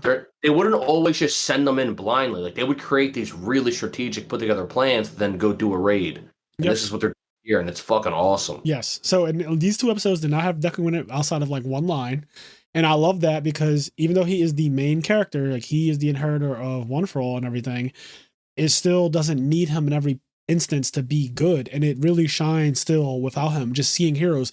And I said, Japan to me does heroes better than anything else. Like I think Japan just does it better. I am Yeah. so much more intrigued, interested in like, I don't know. I just genuinely love My Hero Academia over pretty much anything that Marvel's been putting out lately. Like watching those two episodes, I just wish the Marvel show was more like that. Like I just wish they Yeah, yeah, did yeah, yeah. more. They just had the essence of what My Hero embodies. And yeah, I mean, there's not much else to say about it without going into like why My Hero as an anime is great, and we'll do an episode on it because it deserves it. But just for these two episodes, the animation was good. The sound was good too. That one song, they played it in both episode 1 and 2. It's the one where it kind of transitions. It goes dun dun dun dun dun dun dun dun dun dun dun, and it starts like doing. It gets like really dark out of nowhere. I love, that song. Like I Yeah, love that yeah, song. yeah. It just dun dun dun dun dun dun dun dun dun dun dun, and it just gets. I don't know. I love it. Oh My shit. Hero's great, man. It's so good. It's It one of my really is. favorites. It's just amazing. So yeah, we're gonna give it. It's just do an entire episode on it. But we can transition on to Bleach unless you have something else to add to My Hero. No, no. I mean, I only saw episode one, so I'm not 100% clear on what happened in episode two. I have read the manga past this point, Yeah, so I don't really want to say too much more because I'm not even really sure what has been shown. yeah. So Okay, I'm that's good fair. to move on to if you want to see some action. Yes. You So gotta be the center of Bleach is attraction. back after 10 fucking years, and it's with the final arc. Now, I stopped reading the manga about 70% through this arc because if we're being completely honest, if I'm being objective, this arc was just not that good. You could tell that Tite Kubo, the author, was trying to end it, and I hate that Yeah. feeling. It gave me Game of Thrones last 2 seasons vibes. I can honestly say when even before this arc, I had like gotten burned out on Bleach, and Same. at this point, I wasn't even. And I don't ever do this. I'm a big stickler for spoilers. Like I have to watch what came before to go. Yep. But when I got to this point in Bleach, I was like kind of so burnt out that like I wouldn't read a Bleach chapter for like 5 weeks, and then I would just read the current chapter and like not even go back and read the five Yeah. I've missed, and I would just like be Yeah, and off and that's on. wild. So If you know Kenny, and I've known him for 12 years, over almost 13, if you like know Kenny, he does not do shit like that. I'm at actually all, and surprised hearing it. yeah, and so I was really burnt out. But that said, I still love Bleach. There's that nostalgia there. Yep. Like when I heard this was coming back, I was getting excited. Like even though, and maybe there's even a little bit of hope there that maybe they'll put a little bit more time. Maybe they wrote more for the ending, and I'm maybe hoping. it'll actually be better. And a lot of people are saying that too. They're hoping to God that they just like pace it well and fill in some of the gaps. Because you could just tell, like Final Fantasy 15, that the manga was very rushed for this arc, and Yeah, they yeah, were yeah. trying to get to an ending and close it out and be done with it. And as you know, it like again, it gave me the end of Game of Thrones vibes, even though that happened way later. But we're always going to be able to reference anything that ends poorly, or if it ends poorly and it seems rushed. Game of Thrones is always going to be the Yeah, legendary. Like everyone's pretty going to much. bring. That's always going to be the one, right? Like because it was the best show on TV. So for the best show on TV to have a terrible ending is like, well, holy fuck. So it's always going to be referenced for this type of stuff. And I found a way to bring up Game of Thrones in every episode, no matter what. But Yes, like, you do. yeah, Bleach at the end just gave me that vibe, and this first episode gave me hope. Yeah, no, dude, this first episode was really fun. That's the thing, like when you go back, like when I hear, I think it's Bleach opening 2. Honestly, even like the first like 5 Bleach openings, I get really nostalgic when I They're hear all them. good. But yeah, so when this came on, I'm watching this anime, right? And then I don't like I know I've read some of this stuff. I'm familiar with some of this stuff, but like some of it I wasn't even sure if it was like, is this anime original just to introduce it, or is this what happened? I couldn't remember, and Yeah, whatever. But I am rereading Bleach, by the way. I went back to chapter 1. I was like, you know what? I'm gonna reread Bleach. like all I'll of Bleach. see. Yeah, I went back to chapter 1 and I'm rereading Bleach. I was like, I'm gonna Wow, see if I can catch up to where it was, just to have it wow. refresh in my head. Um, I wonder how many I'm not chapters done yet, total is but Bleach. it's like 600 something. Okay, that's doable. I mean, we Um, read One Piece, so yeah. So anyway, I'm watching it and I was like, I don't remember the two characters, the two Shinigami that show up and like in Ichigo's me town. either. I don't remember them at all. So I don't know if they were I just don't made up for know. the anime or So I what. was wondering that too. I was like, well, I don't think they're made up for the anime. I don't want to go that far. Kenny's wild. He's I don't know if they were made up for the anime, like they were just fodder. I don't I feel remember like them they're at in the all. manga, but I don't think they were important until now, and I don't even think they're that important now. But like, I want to say, 99% they're in the manga, they're fodder, and I was just shocked because I forgot how fodder they are. Because this is 10 years old, so I really don't Yeah, remember yeah, the yeah. beginning of it. Like I remember the hype parts. There's some hype parts that come up later, obviously, Yeah, because Bleach is all about hype. I think that's the thing. When you're watching Bleach, you have to know exactly what well, you're getting listen, yourself into. there was that's I told somebody that recently. Somebody was like, Bleach just seems really average, and I was like, to be fair, it is. Or no, somebody also said like, I tried to get into Bleach, but like I wasn't wowed by the first 5 episodes, and I was like, I'm gonna be honest with you, the first 5 episodes, like they aren't what people remember Bleach for. Yeah, at all. Um, I don't even remember the first 5 episodes yeah, outside of him like stabbing himself and becoming a Shinigami.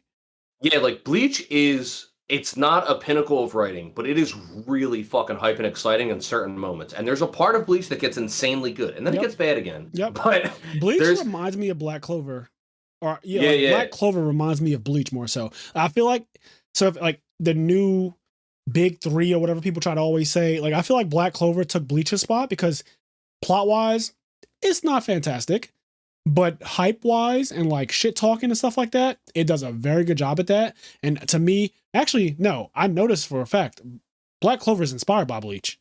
Like that is an actual fact. Like the writer like is on record There's saying that it's inspired by Bleach. So you can see it all over Black Clover. But yes, it's not known for being some crazy plot with some crazy twist or whatever. Most of the twists are revealed pretty early on, like you know about Aizen. Like hmm like a lot of it's not there's not some crazy reveals later on in Bleach. It's kind of just like, okay, this is what it is. But the things it does well, it honestly does better than any other anime. Like I don't think any anime has shit talking down better than Bleach. Like straight up. it's good, man. It's good. Straight And up. this episode, like something I did really like. It was so obvious. What's interesting though, because it was so obviously a first episode after a long time, the way they introduced it. Like if this episode just came out in the run order when Bleach was already a thing, it wouldn't have introduced Ichigo and his boys the way they did. They introduced Yes. it as a reintroduction, which I thought was really cool. But it was interesting because in one way, I felt like it was shot in a way where if you've never seen Bleach, you could watch it. But then at the same time, there's so much legacy information that if you don't know what's going on, you don't know what's going on. Yes. So to go ahead, go ahead.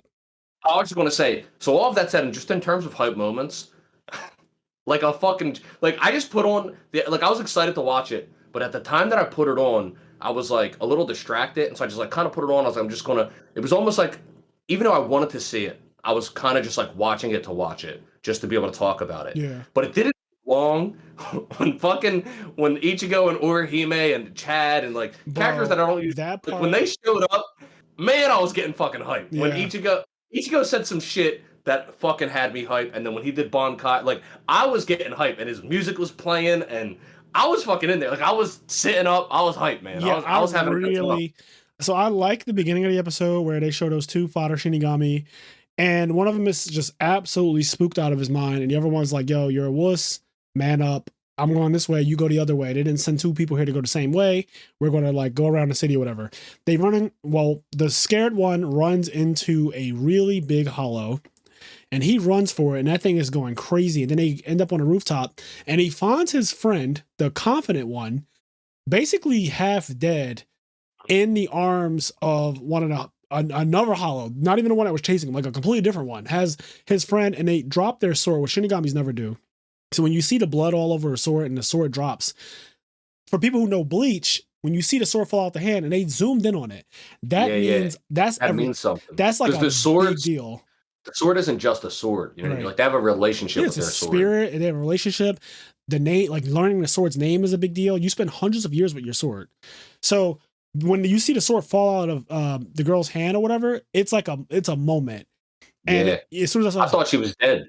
Same. I literally thought the character was dead. And and then the scaredy cat one gets smacked real hard, and he can't move. He's covered in blood. His arm is fucked up real bad, and he goes, "Am I gonna die?" As he's on the ground, and the hollow is coming over to him. The same one that was chasing him is coming over to him like to eat him or whatever. And he's questioning, like, "Am I gonna die? I really don't want to die. I want to live." And when he was saying that, I don't know why lately, but that shit has been getting to me a lot. I talked about this probably in the episode where I was sick or whatever. This is like way back now. But last October, we recorded an episode, or probably in November after I got to the hospital, but just talking about like my mortality and how I've recently in the last year or so started to think about it more. Like I didn't used to ever think about like, when am I going to die and how am I going to die and stuff like that. Like it wasn't really a thought to me because, you know, you live young, wild and free for so long. And then out of nowhere, maybe something happens, or maybe just age happens. And it makes you have to think about like, one day I am going to die, and I don't want it to be now. So when he's on the ground and he's saying, "Am I going to die?" and he says, "I don't want to," that part just hit me in the feels. Like that part hit me in the feels. And right before the thing attacks him for game, you see this big ass like yellow slash of energy come across the screen. And that's when you knew. Yep. And you knew exactly who it was. The Z Fighters. They fucking come in, Krillin, Vegeta, they come kicking in, right. Goku, Kamehameha. Just like they come in. No, but yeah. Ichigo and his crew come in. Ichigo, Urahime, Chad, Ishta, they all come in. Like, I even got hyped. Like Orihime, just for anybody that doesn't know, and for everybody that doesn't know, like Orihime is not a character anybody gets hyped for. Zero people get hyped for Orihime. Nobody gets hyped. Except for her big ass titties, which they kept. They kept the big old jugs. Yeah. The jugs. But when she showed up and she says her little thing, I'm out loud. I was like, I reject. Like when she when she like says her thing and then says I reject. Like I fucking said that shit out loud with her. I was hype as hell. I was like. They all have an introduction, and like you said, they wouldn't have done that if it wasn't a reboot, kind of. Yeah. They introduced them, and they had little posters for them after they would get introduced. This shit was clean. Orihime Inoue. Like, it was like still images and everything. It was really dope, the introduction to all the characters again. And they do them one by one, and so it goes Orihime, and then I think you get Chad. So it was like kind of an ascending order of power. Then you get Chad, and Chad's part, I was laughing at that part because he comes out, after they all get grouped together, he punches them with basically El Directo La Muerta, the death. But when he does it, they fly really far. A group of hollows jumble together. They fly really far into a fucking apartment building. Yeah. And for no reason at all, this apartment building gets fucking wrecked. And it makes like the devil imprint on the apartment. But the first thing I thought was, holy shit, you just killed a whole bunch of people. Like, you just killed a ton of people were in that building. They had to be. Man. Unless they're going to lie to me and tell me that this was a substitute. Because I know that they could do that weird thing where Karakura Town isn't actually Karakura Town. Yeah, they did it for Aizen. Yeah. When Aizen came to take Karakura Town, they did a substitution of the entire town. So when he arrived, there were no people there because he came to kill 100,000 people to get the soul key. And when they arrived, it was like, oh shit, this isn't the real Karakura Town. So I was wondering, like, maybe this isn't the real one. But when he punched that fucking group of hollows into the building and it made the devil sign on the building, and it was huge, I said, holy shit, he's gotten strong. But also, That's just a lot of deaths. Anyways, with Bleach, again, you're not supposed to think about that type of stuff. Don't You're peel not. You're back the not. curtain. Don't look under the rug. Just kind of accept it for what it is and enjoy the shit talking, enjoy the action, enjoy the monstrosity that is their Yeah, it was abilities. fun. It was fun seeing them. It was just fun seeing them again. It's like seeing an old friend. Like, and just to jump a little bit ahead, like when you see them hanging out in Ichigo's room, like it just felt good watching it. Yeah. I was like, man, this is cool. I like Ishta's part too. Ishta, you see the little Quincy thing on his wrist come down, and then Yep. he starts shooting arrows, and he's really strong. So his arrows just straight up one shot every hollow that he shoots. But then he does one of his attacks that he got towards the end of Bleach, Listo Reagan or whatever, where he kind of jumps up in the air and fires a salvo, and it just starts raining Quincy arrows. Really cool stuff. And then he gets his introduction, and then obviously Ichigo gets the last part. And Ichigo's way too strong for like for hollows, it's not even close. Like there's no hollow that could even threaten Ichigo. So he just zero diffs all of his, but he goes Bankai or whatever, and I'm just like For fun. He goes Bankai for fun. Like, straight up. he didn't. He He didn't. did not need to do that. He didn't need to do Shikai. He didn't need to do anything. He could have just stayed in base form completely. But like he goes Bankai for whatever reason, and his Bankai is so epic looking now because there's an arc before this that a lot of people just apparently don't even know about. Someone on my Facebook comment was like, I watched up to Aizen and I finished the Aizen saga. Is there something after that I need to watch before this? And I was like, Like, LOL. yes. Unfortunately, yes. There is a Fullbringer arc, and Mhm. it is a rant. And honestly, it feels like filler. In fact, my friend Luke Feeney, he asked me like, I thought that the Fullbringer arc was filler when I watched it. Like I didn't know that episode one when Ichigo did Bankai, I thought that it was going like the old Bankai, but the new Bankai and the new sword That and is everything, so funny. he couldn't believe it. He was like, "Oh shit, that's real!" Like he thought it was That filler. is so funny. So yeah, Ichigo does his new Bankai, and that shit looks clean. It does look clean. It is clean. The sword with the little like rivets on it, the little spikes on the back end of it. That's another thing where it's like I don't remember because I do feel like, and it's been years. I do feel like this chapter in the manga was probably just like business as usual, and like one of those things. It's like I don't know if they just made him go Bankai for the anime, just to like get that iconic Bankai voice clip. Yeah, You know what I mean? now Like, that I don't remember. I do not remember if he goes Bankai for regular hollows. And yeah, but you could be right. And I think that's an adaptation directorial thing that makes this good. It's the reason why this episode was good because they chose to do that. And like those little posters that they do after each of them does an attack, that's epic. It's kind of reintroducing you to all the characters, and also for people who've never seen it for whatever reason, if they're watching it, they also get like an introduction piece to all of them. So I thought it was fantastic. I thought that entire part on the rooftop where you just see them zero diff everybody, all the hollows and everything like that, and then the next scene where they're in the bedroom, it just all the iconic things because there was a lot of scenes in Bleach where for whatever reason everyone will pile up in Ichigo's room, hang out his room, and his room's like, not that big either. But not. There's one scene in original Bleach where all the captains are in his room. And people were like, yo, the conversations and just the power level in that room is crazy. Like literally all of the strongest Shinigamis in existence are in that room right there. So yeah, seeing him with his friends, they're just chilling out. And then the two Shinigamis that were fodder, they get rescued. Inoue has her ability to reverse time on certain parts of people's bodies and stuff like that. So she heals them completely. And Yeah, she's broken. yes, she's broken. Always She can been. literally reverse time on certain parts of just like she can reject reality. Her power is to reject reality. Yeah. So yeah, they said that her power like impinges on God's territory. Some shit Aizen said. Like Yeah, she's broken. There's a reason why Aizen kidnapped her. yeah, he kidnapped her and then was like, I actually didn't want her for anything. I just kind of wanted her to lure in you guys because I know you'd be so scared of what I might do with her ridiculous power. Even though I don't, my intention wasn't to like use her power, but I know that because she's so powerful, you guys would react crazily and it would, cause all the captains to come out and stuff. So he's like, I knew exactly what was going to happen by just capturing her. That's how powerful she is. But yes, she heals them. The scaredy cat wakes up and he's like, oh God, I was asleep for like the last day or whatever. Like, no, you was asleep longer than that. And then he's like, where's my friend at? I hope that they're not dead. And the friend comes back with colas or whatever. And she's like super excited that he's alive and finally awake. And there's like this little moment where it's like, okay, we're back together. And as they're just chilling and talking, Bleach is also comedic. There's like a lot of parts in Bleach that just make it funny.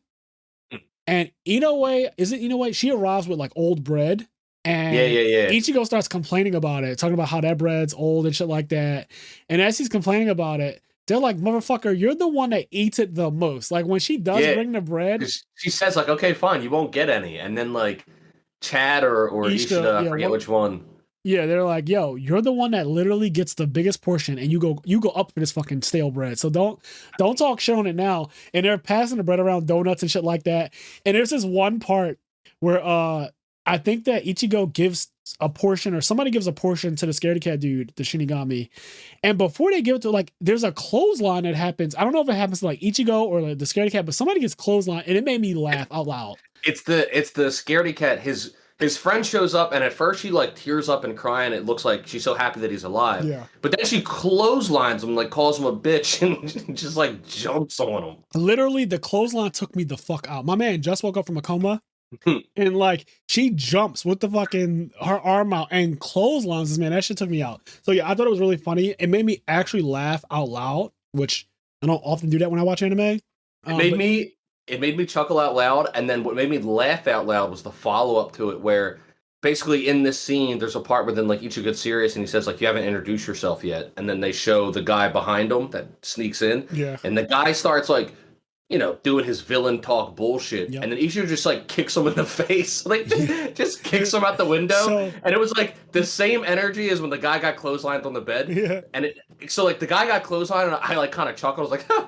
And then it like happened again with Ichigo kicking the other guy, and I was like, what the fuck? Yeah, that's how it is. Like Ichigo, I love his confidence. I love that Ichigo knows he's powerful, like outrageously powerful, and he's not afraid. And also, the show makes you know too, for people who don't know, when those two Shinigamis are talking about the substitute Shinigami that's in Karakura Town, they're like, "Why do we even have to be there? Isn't there some super strong Shinigami here? Like we don't necessarily." And they were like, "Well, we're trying to not rely on him anymore." So like Soul Society wants us to come here because we don't want to rely on him all the time. But blatantly they let you know, isn't there some super strong Shinigami? So it's like Ichigo is known to be one of the most powerful people in the verse. Yes, So he is. when this new villain shows up, Ichigo's unbothered, but he is bothered by one thing. Get your fucking feet off my bed, nigga. Like he looks at that guy who's standing with his feet on the bed, and he's like, "Get off my fucking bed." And that's Boy. like his main concern, honestly, is like, get off my bed. Like, Yes. don't stand on my bed. Also, that's so disrespectful. Like, He just kicks him get the fuck out of Yeah. here. but Ichigo goes out there. He's like, all right, I'm out here now. I'm sure that you came for me. You want me, right? Like, where you come from? What's going on? Are you in a wrong car? And the guy's like, he takes that as a slight. Like, He what the gets fuck? pissed. Yeah, Ichigo's like, I see the mask. He has an Iran car mask. Certainly, you must be an Iran car. And the guy gets, he feels slighted by that. He's like, oh shit, you think I'm an Iran car or whatever. He's like, I'll show you. And he, pulls the arm out. You see the same thing. And I like how details. So earlier when Ishida is fighting, they zoom in on Ishida's little Quincy chain falling from his wrist. And make sure you see it. They make sure you see it. And so this guy's like, I'm not an Iran car. And then you see the little thing come out and Ichigo's eyes gets really big. He's like, oh shit, this guy's a fucking Quincy. And you see, you see it come out. The guy brings out this crazy big weapon. And, they all have a form of a bow and arrow or some type of bow and arrow weapon. So he pulls out this gigantic bow and arrow type weapon. He starts shooting off blasts. Ichigo just dodging it with no problem. And then Ichigo spends like a while just running away on purpose just to like see what this guy's on about. And he notices that the guy's been taunting him this whole time. He's like, that's the 5th taunt he's made in a very short window of time. Like I've been running from this guy, just like evading all his attacks, but he keeps saying things and he keeps bringing up my Bankai. Yeah. And so Ichigo's not dumb. And I love this about him too. Like he's not the smartest protagonist, but I was happy to see that over the course of him being a Shinigami for so long, like he's developed some battle acumen and just like he understands just general, he is battle intelligent. He's not like Piccolo, but he's still like smart. Like he didn't just blindly go like, you taunted me. And then like he like took notice of the fact, not only did he take notice of the fact that he was being taunted, like he took notice of the fact that like this guy's taunting me for a reason. Yes. And like he couldn't figure out what the reason was. He was like, but there is a reason why he's taunting me. And so after a while, Ichigo just fucking flies up. He's like, okay, I'm done running away from you because like I don't really have to. Like, I'm not running away from you. I'm just gonna do it. And he goes bang. And as he does that, there's another scene that's happening simultaneously. So Captain This shit was Commander awesome. is just chilling in his office. Well, hold on, wait, wait, I gotta bring it up. There's a guy that comes in, like Fraser said. Captain Commander's chilling in his office. There's a guy that comes in and he's like, for this being like the main headquarters of where the Captain Commander stays, like it's not very well guarded. So this place isn't very well guarded. You should, have some better guards. Right. And my man stands up and he He says, he says, "There's no need for guards because I am here." and that's And, enough. and that's enough. Like, he makes it real clear. Like, I think he says, like, this is the safest place in Soul Society. Yo, he does say that. They're He like, says, there's no security. He was like, well, there doesn't need to be security. Like, I am here, and that is more than enough security. Yeah, like this, you can't get much safer in Soul Society than right fucking Yeah, because here. they come in, these fucking intruders come in, and they're talking hot shit about how I swore that this was the Captain Commander of the Go T13's office. It certainly looks like it, but judging by how easy it was to get in here, it can be. Like, that's kind of how they're carrying it. Yep. And he makes that comment, and this is the best thing about Bleach is the shit talking to me. Like, honestly, I think Bleach is tier 0 when it comes to shit talking, and I don't think anything is close. Like, there's a lot of anime, they have their shit talking moments. Like, there's moments where you get some fire. Like, I always bring up the one Mihawk versus like Zoro the first time they meet, and he pulls up a little tiny knife sword thing, right? And like, that's a shit talking moment. And that one is pretty epic, but it's like one. Bleach does that every time there's a fight. There's shit talking every single time. It's a part of it. Every fight in One Piece doesn't need that, and every fight in One Piece doesn't do that. But every single fight in Bleach does that, and yes, I just love it. So Captain Commander, when he makes that comment, I was laughing because I was like, "This is exactly what I came for. Like, this is exactly what I came for." Yep. Yeah, I don't need security. They son. like kill his assistant or gravely wound his assistant, and they're talking all this shit. And then Captain Commander's he's not worried about it, but he steps in to like, protect one of his Shinigami, and he does a fire attack that just like wipes out the other half of his office. And it's literally just him he doesn't even do anything really. Like, all of his fires, it's like a swing. He just swings and it just wipes out everything in that vicinity. But they leave, of course, because like, that's exactly what they're going to do. They're not going to actually engage the strongest Shinigami in existence. That doesn't make any sense. But yeah, as that's happening, Ichigo has been evading the guy he was fighting, and he decides to finally say Bankai. And as he's doing it, the guy's eyes perks up real happy. He's like, he's finally going to do it. And he gets like a heart, like the way they animate it is interesting because the way they zoom in and the way they draw it, it looks like a horror anime. Like sometimes horror anime has like, this like kind of body horror type drawing they do to like these faces. All these veins in his head and everything. Like, you're right. It is. They zoom in on his face and it's like, oh shit. It's also that camera angle. This is what I was waiting for. It's also that camera angle that we're used to in anime where somebody's going psychotic and it's like the fisheye lens. The fish, like looking at something from a fishbowl, it looks like that too, like how we look to fish. It does all of that. It's like the body horror, like the crazy zoom in, the crazy eyes. He gets a hard on, almost slobbering and shit like that, just because Ichigo's about to go Bankai. And as he's saying that, they go back and forth between the scene where Captain Commander's assistant is on the ground, he's bleeding really bad. He's like, I have something to tell you. He was like, these people, these Quincy's or whatever, they can steal. And he stops as Ichigo says Bankai. Yeah. And Ichigo does Bankai. And as he does that, this guy pulls out this weapon and he makes this weird ritual chant to. He like says these words like Raw Spear Mode or whatever to turn it into the actual Winged Dragon Raw. He does a whole chant. And as he's doing it, Ichigo's still going Bankai. And so this artifact starts to evolve and all of these light things come out of it. Some weird shit. It looks like a trap. It starts to come out and it starts to try to like suck in Ichigo. Or at least suck in his Bankai, which is like attached. It's on his body. Yep. But as it's happening, Ichigo is like, well, fuck that. I don't have to let you do this. Like, I'm on some Eren Yeager type time. Like, I'm not going to let you do this. Yeah, so he just overpowers that shit. So he just like straight up fires a Getsuga Tensho basically at that, and it breaks it. And the guy doesn't get to steal his Bankai or whatever the fuck he's doing to it. So yeah.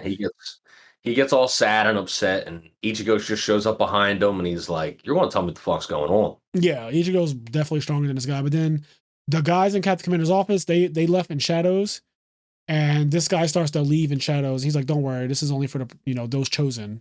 Mm-hmm. So after that scene, Ichigo's like, okay, who the fuck was that? I know he was a Quincy, but he also had an Arrancar mask. Confusing shit. But then they go to this really cool scene where you see a bunch of those people. They return from Captain Commander's office, and they're walking up, and the guy who just left Ichigo is kneeling on the ground in this new realm.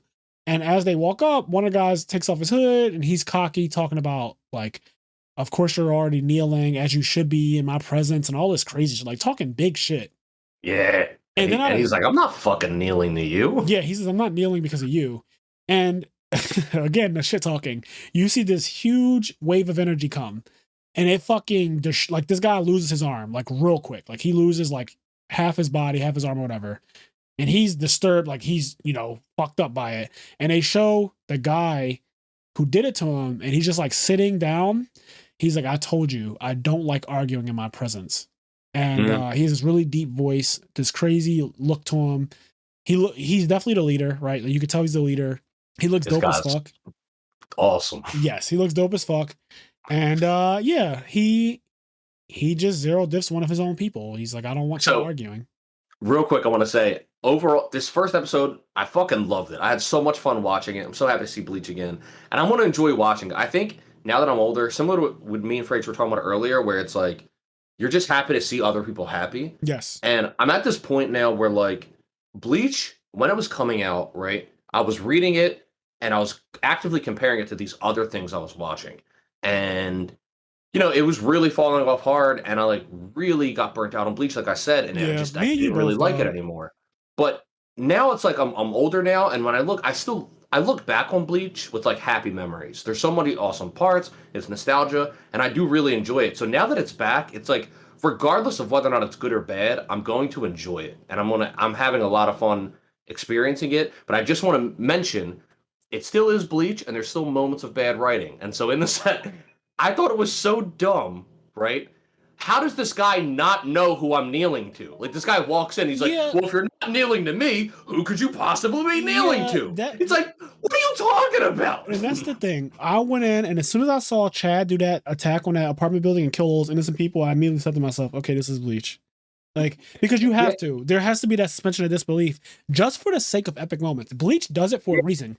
They want to give us epicness, right? They wanted they wanted the main villain leader to have an introduction, even though there's a million better ways they could have done it.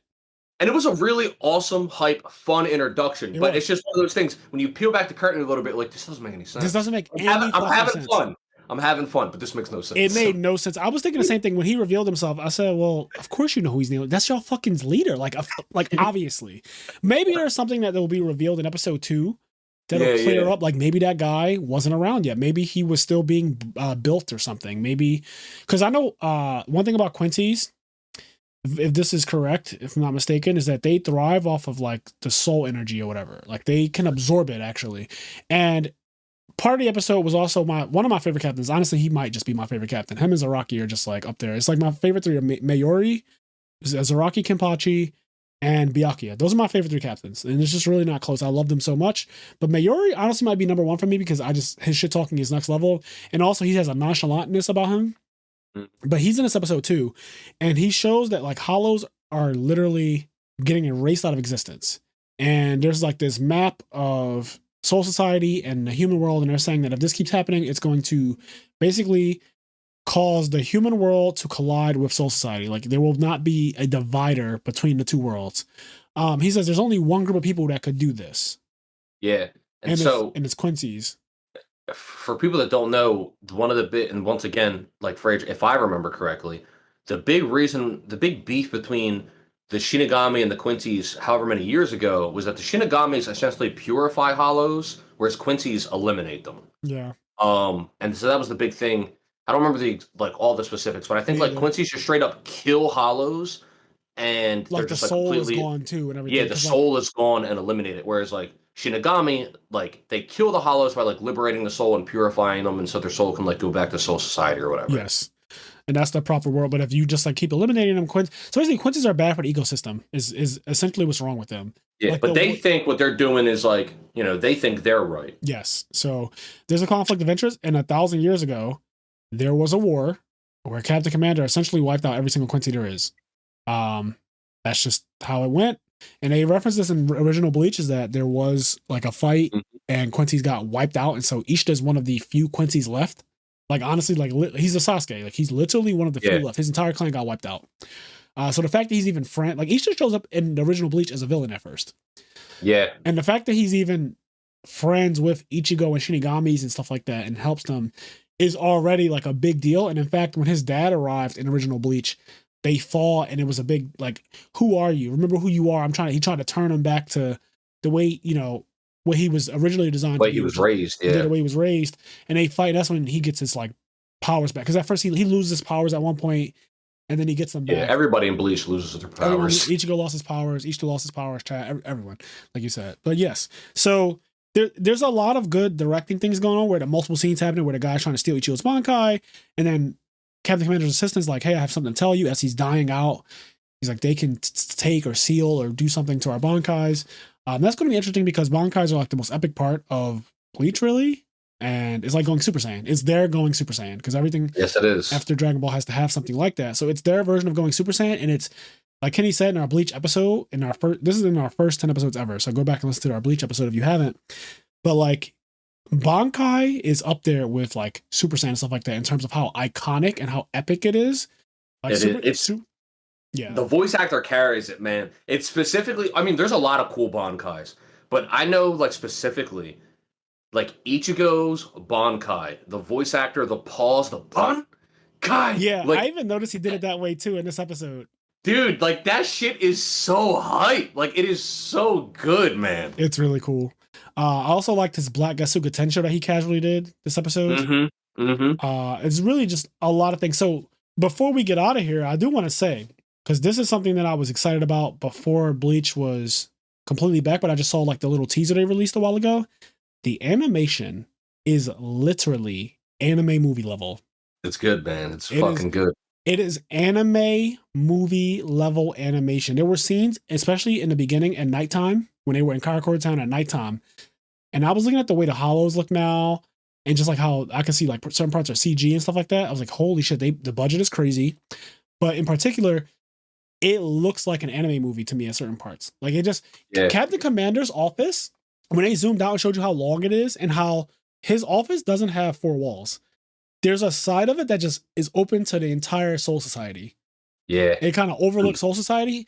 The view of his office, A man does not need he security. does not. That line is still so crazy. The view of his office, though, it just gave me like those 2000s anime movie. It just looks so good. Yeah. It was beautiful. Princess Mononoke, or like whatever that, I forget what it's called, but like Princess Mononoke. Mononoke, you had it right. Yeah, Princess Mononoke. It gave me like that vibe when I first saw that, like the view, Yeah. like the beautifulness of the sky with the clouds in it, those colors, the pops of color. It's very well done. The animation's amazing. Sound design again, amazing. Hearing Ichigo's theme and all that stuff. The introductions to the characters over again. The comedy aspect of it, the shit talking, Bankai. It did everything that we know Bleach for in one episode in 22 minutes, and it was very well done. Yes. I'm already interested. I'm already excited. I had a lot of fun. I have one, and I don't know if you know the answer to this. Do we know? Is this just slated for one season? Do we? Is it It's supposed to actually get? going to be 4 seasons, or Okay. it might be. It's Like, five. I think it's 5 seasons. It's 5 seasons. I think they're each 12 episodes. 12 times 5 being 60. I think that's how okay. it goes, and they're going to do a break in between. They're going to do a break in between. It's either 4 or 5 seasons. I just know this. In the middle, there's going to be a break. So the schedule's already out. In the middle, there's going to be a break. Okay. So there's going to be a season every year, I think, or something like that, or like every 6 months or something like that. I But hope there's, it's every 6 months.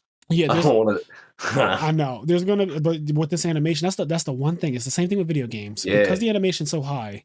It But y'all takes can give me every 6 months. I Y'all know. can get. You can do And it. it You can might do it. be. I think it is going to run something like that. But whatever it is, I might be getting the scheduling all fucking wrong. So forgive me for Yeah. spreading misinformation. I just know that there's a blatant break halfway through, and then they're going to continue after a big period. So maybe what it is, Kenny, is it's like 12 episodes, short break, 12 episodes, then a major break like a year or something, and then they'll do the second half, something like that. Yeah. I just I'm excited to see it again. It's cool, man. It's going to be a good time. I already said this, but it's one of those things where like I'm not going to judge it as critically as I would judge other things because I already know it's Bleach. I already know what it is, and it's really fun, and I'm really happy to see it back. It's just a good time. Yep. Really, really happy about this. This is I mean, I grew up on Bleach. I grew up on Bleach, Naruto, and then eventually I got into One Piece. But Bleach and Naruto were like the Oh, two. before we get out of here, isn't there something about like a Naruto 20th anniversary anime or something happening? So I didn't really look too much into that, but I saw that someone reanimated certain iconic scenes from Naruto. If I'm being completely honest, not all the scenes look that great. In particular, the one where Sasuke got his Mangekyou Sharingan did not look good to me. Like the original honestly just looked better. Mm. But I don't think that the entire thing. It was just like a little okay. Yeah, I don't think the I entire didn't. thing is Yeah, going to I be. heard. I just heard about it, and then I heard about it again, and I thought I heard somebody say like I don't know something, but Yeah, I thought I heard stuff about it too. Until we get 100% confirmation, and we will know. It's kind of how you said, like when Beerus is like overcome by Goku, we will know. yeah, yeah, we'll know. When Naruto gets an actual re-release, reboot, reanimated, whatever for real, we will know. Yeah, yeah, it's Like not going to sneak up on this us. podcast will know. So the fact that like we're not sure is not big news yet. Like it's not given that yet. Yeah, But yeah, Bleach is great. My Hero was great. And also Chainsaw Man was nice. So I enjoyed all three of the anime that I watched last night. I genuinely liked all of them. And I was like, wow, I'm not used to switching between three different things like that and enjoying them all equally. But I honestly just felt like genuinely pleased with all of them. yeah. I had a similar thing where it's like I also, I don't watch like three different episodes of three different things, but I did kind of the same thing: Chainsaw Man, My Hero, and Bleach, Yeah. and that's kind of why. And I did Bleach last. I did it in the order we reviewed them today: Chainsaw, My Hero, Bleach, and that's I think when I got to Bleach, I was just like I'm just gonna put it on and like the switching, but then like it didn't take long for me to like get back. I was like, oh shit, like I'm Yeah. fucking hype. It's pretty good. So yeah, that wraps up this episode of the IMNerd podcast, guys. I hope you enjoyed it. Again, if you are interested in supporting the podcast, please check out our Patreon. Also, we release clips on YouTube. So those clips are taken from our Patreon exclusive episodes that are, our Patreon has video versions of every episode. So like if you want to watch the podcast, if you are a guy who's visual like I am, I subscribe to other Patreons for podcasts that I listen to, like The Read, for example, for people who ask like, what podcast do you listen to? I listen to a podcast called The Read, and I listen to another one called Sibling Rivalry. I subscribe to them. I pay for them out of my own pocket. And it's because they have video content that I just enjoy. I just enjoy seeing the people talking. So if you're a person who's like me and you're interested in that, we do have that available on our Patreon. And those clips that are going on YouTube, they're like 10-minute excerpts from those video versions of the podcast. So if you like that type of thing, subscribe to our YouTube channel. It helps, just in general to grow the podcast. Like we're just trying to grow in general. So like liking, subscribing, all of those, all the general stuff that people always shill and stuff like, like, subscribe, comment, all that stuff. Like do all of those things to help us out if you want to. If you don't, that's also fine. You just being here. And if you're hearing me say this right now, that is enough. But if you want to go that extra mile, if you're like, I really fuck with you guys, I really like what you're doing. Also, we take your feedback seriously. So when people say like, hey, can you talk about this? Or like you ask us questions, or if you want to submit a listener letter to imnerdpodcast@gmail.com, all of that stuff matters. And those are episodes that we actually do. Like we talk about people's listener letters on the podcast. So if you are interested in that type of thing, we got Patreon, we got YouTube, there's a link tree. There's plenty of ways that you can just like help us grow and support us. Just because we have a link tree doesn't mean we have an OnlyFans, all right? And that is the primary use for a link tree. But yes, we do not have an OnlyFans yet, but eventually the IMNerd podcast will have a feet only OnlyFans coming. But yeah. So as I always say, guys, do the things that make you happy, including watching the final arc of anime that stopped 10 years ago and starting new anime like Chainsaw Man and picking up on things that are already just good and continue to be good, like My Hero Academia. That's right. Bankai. Bankai.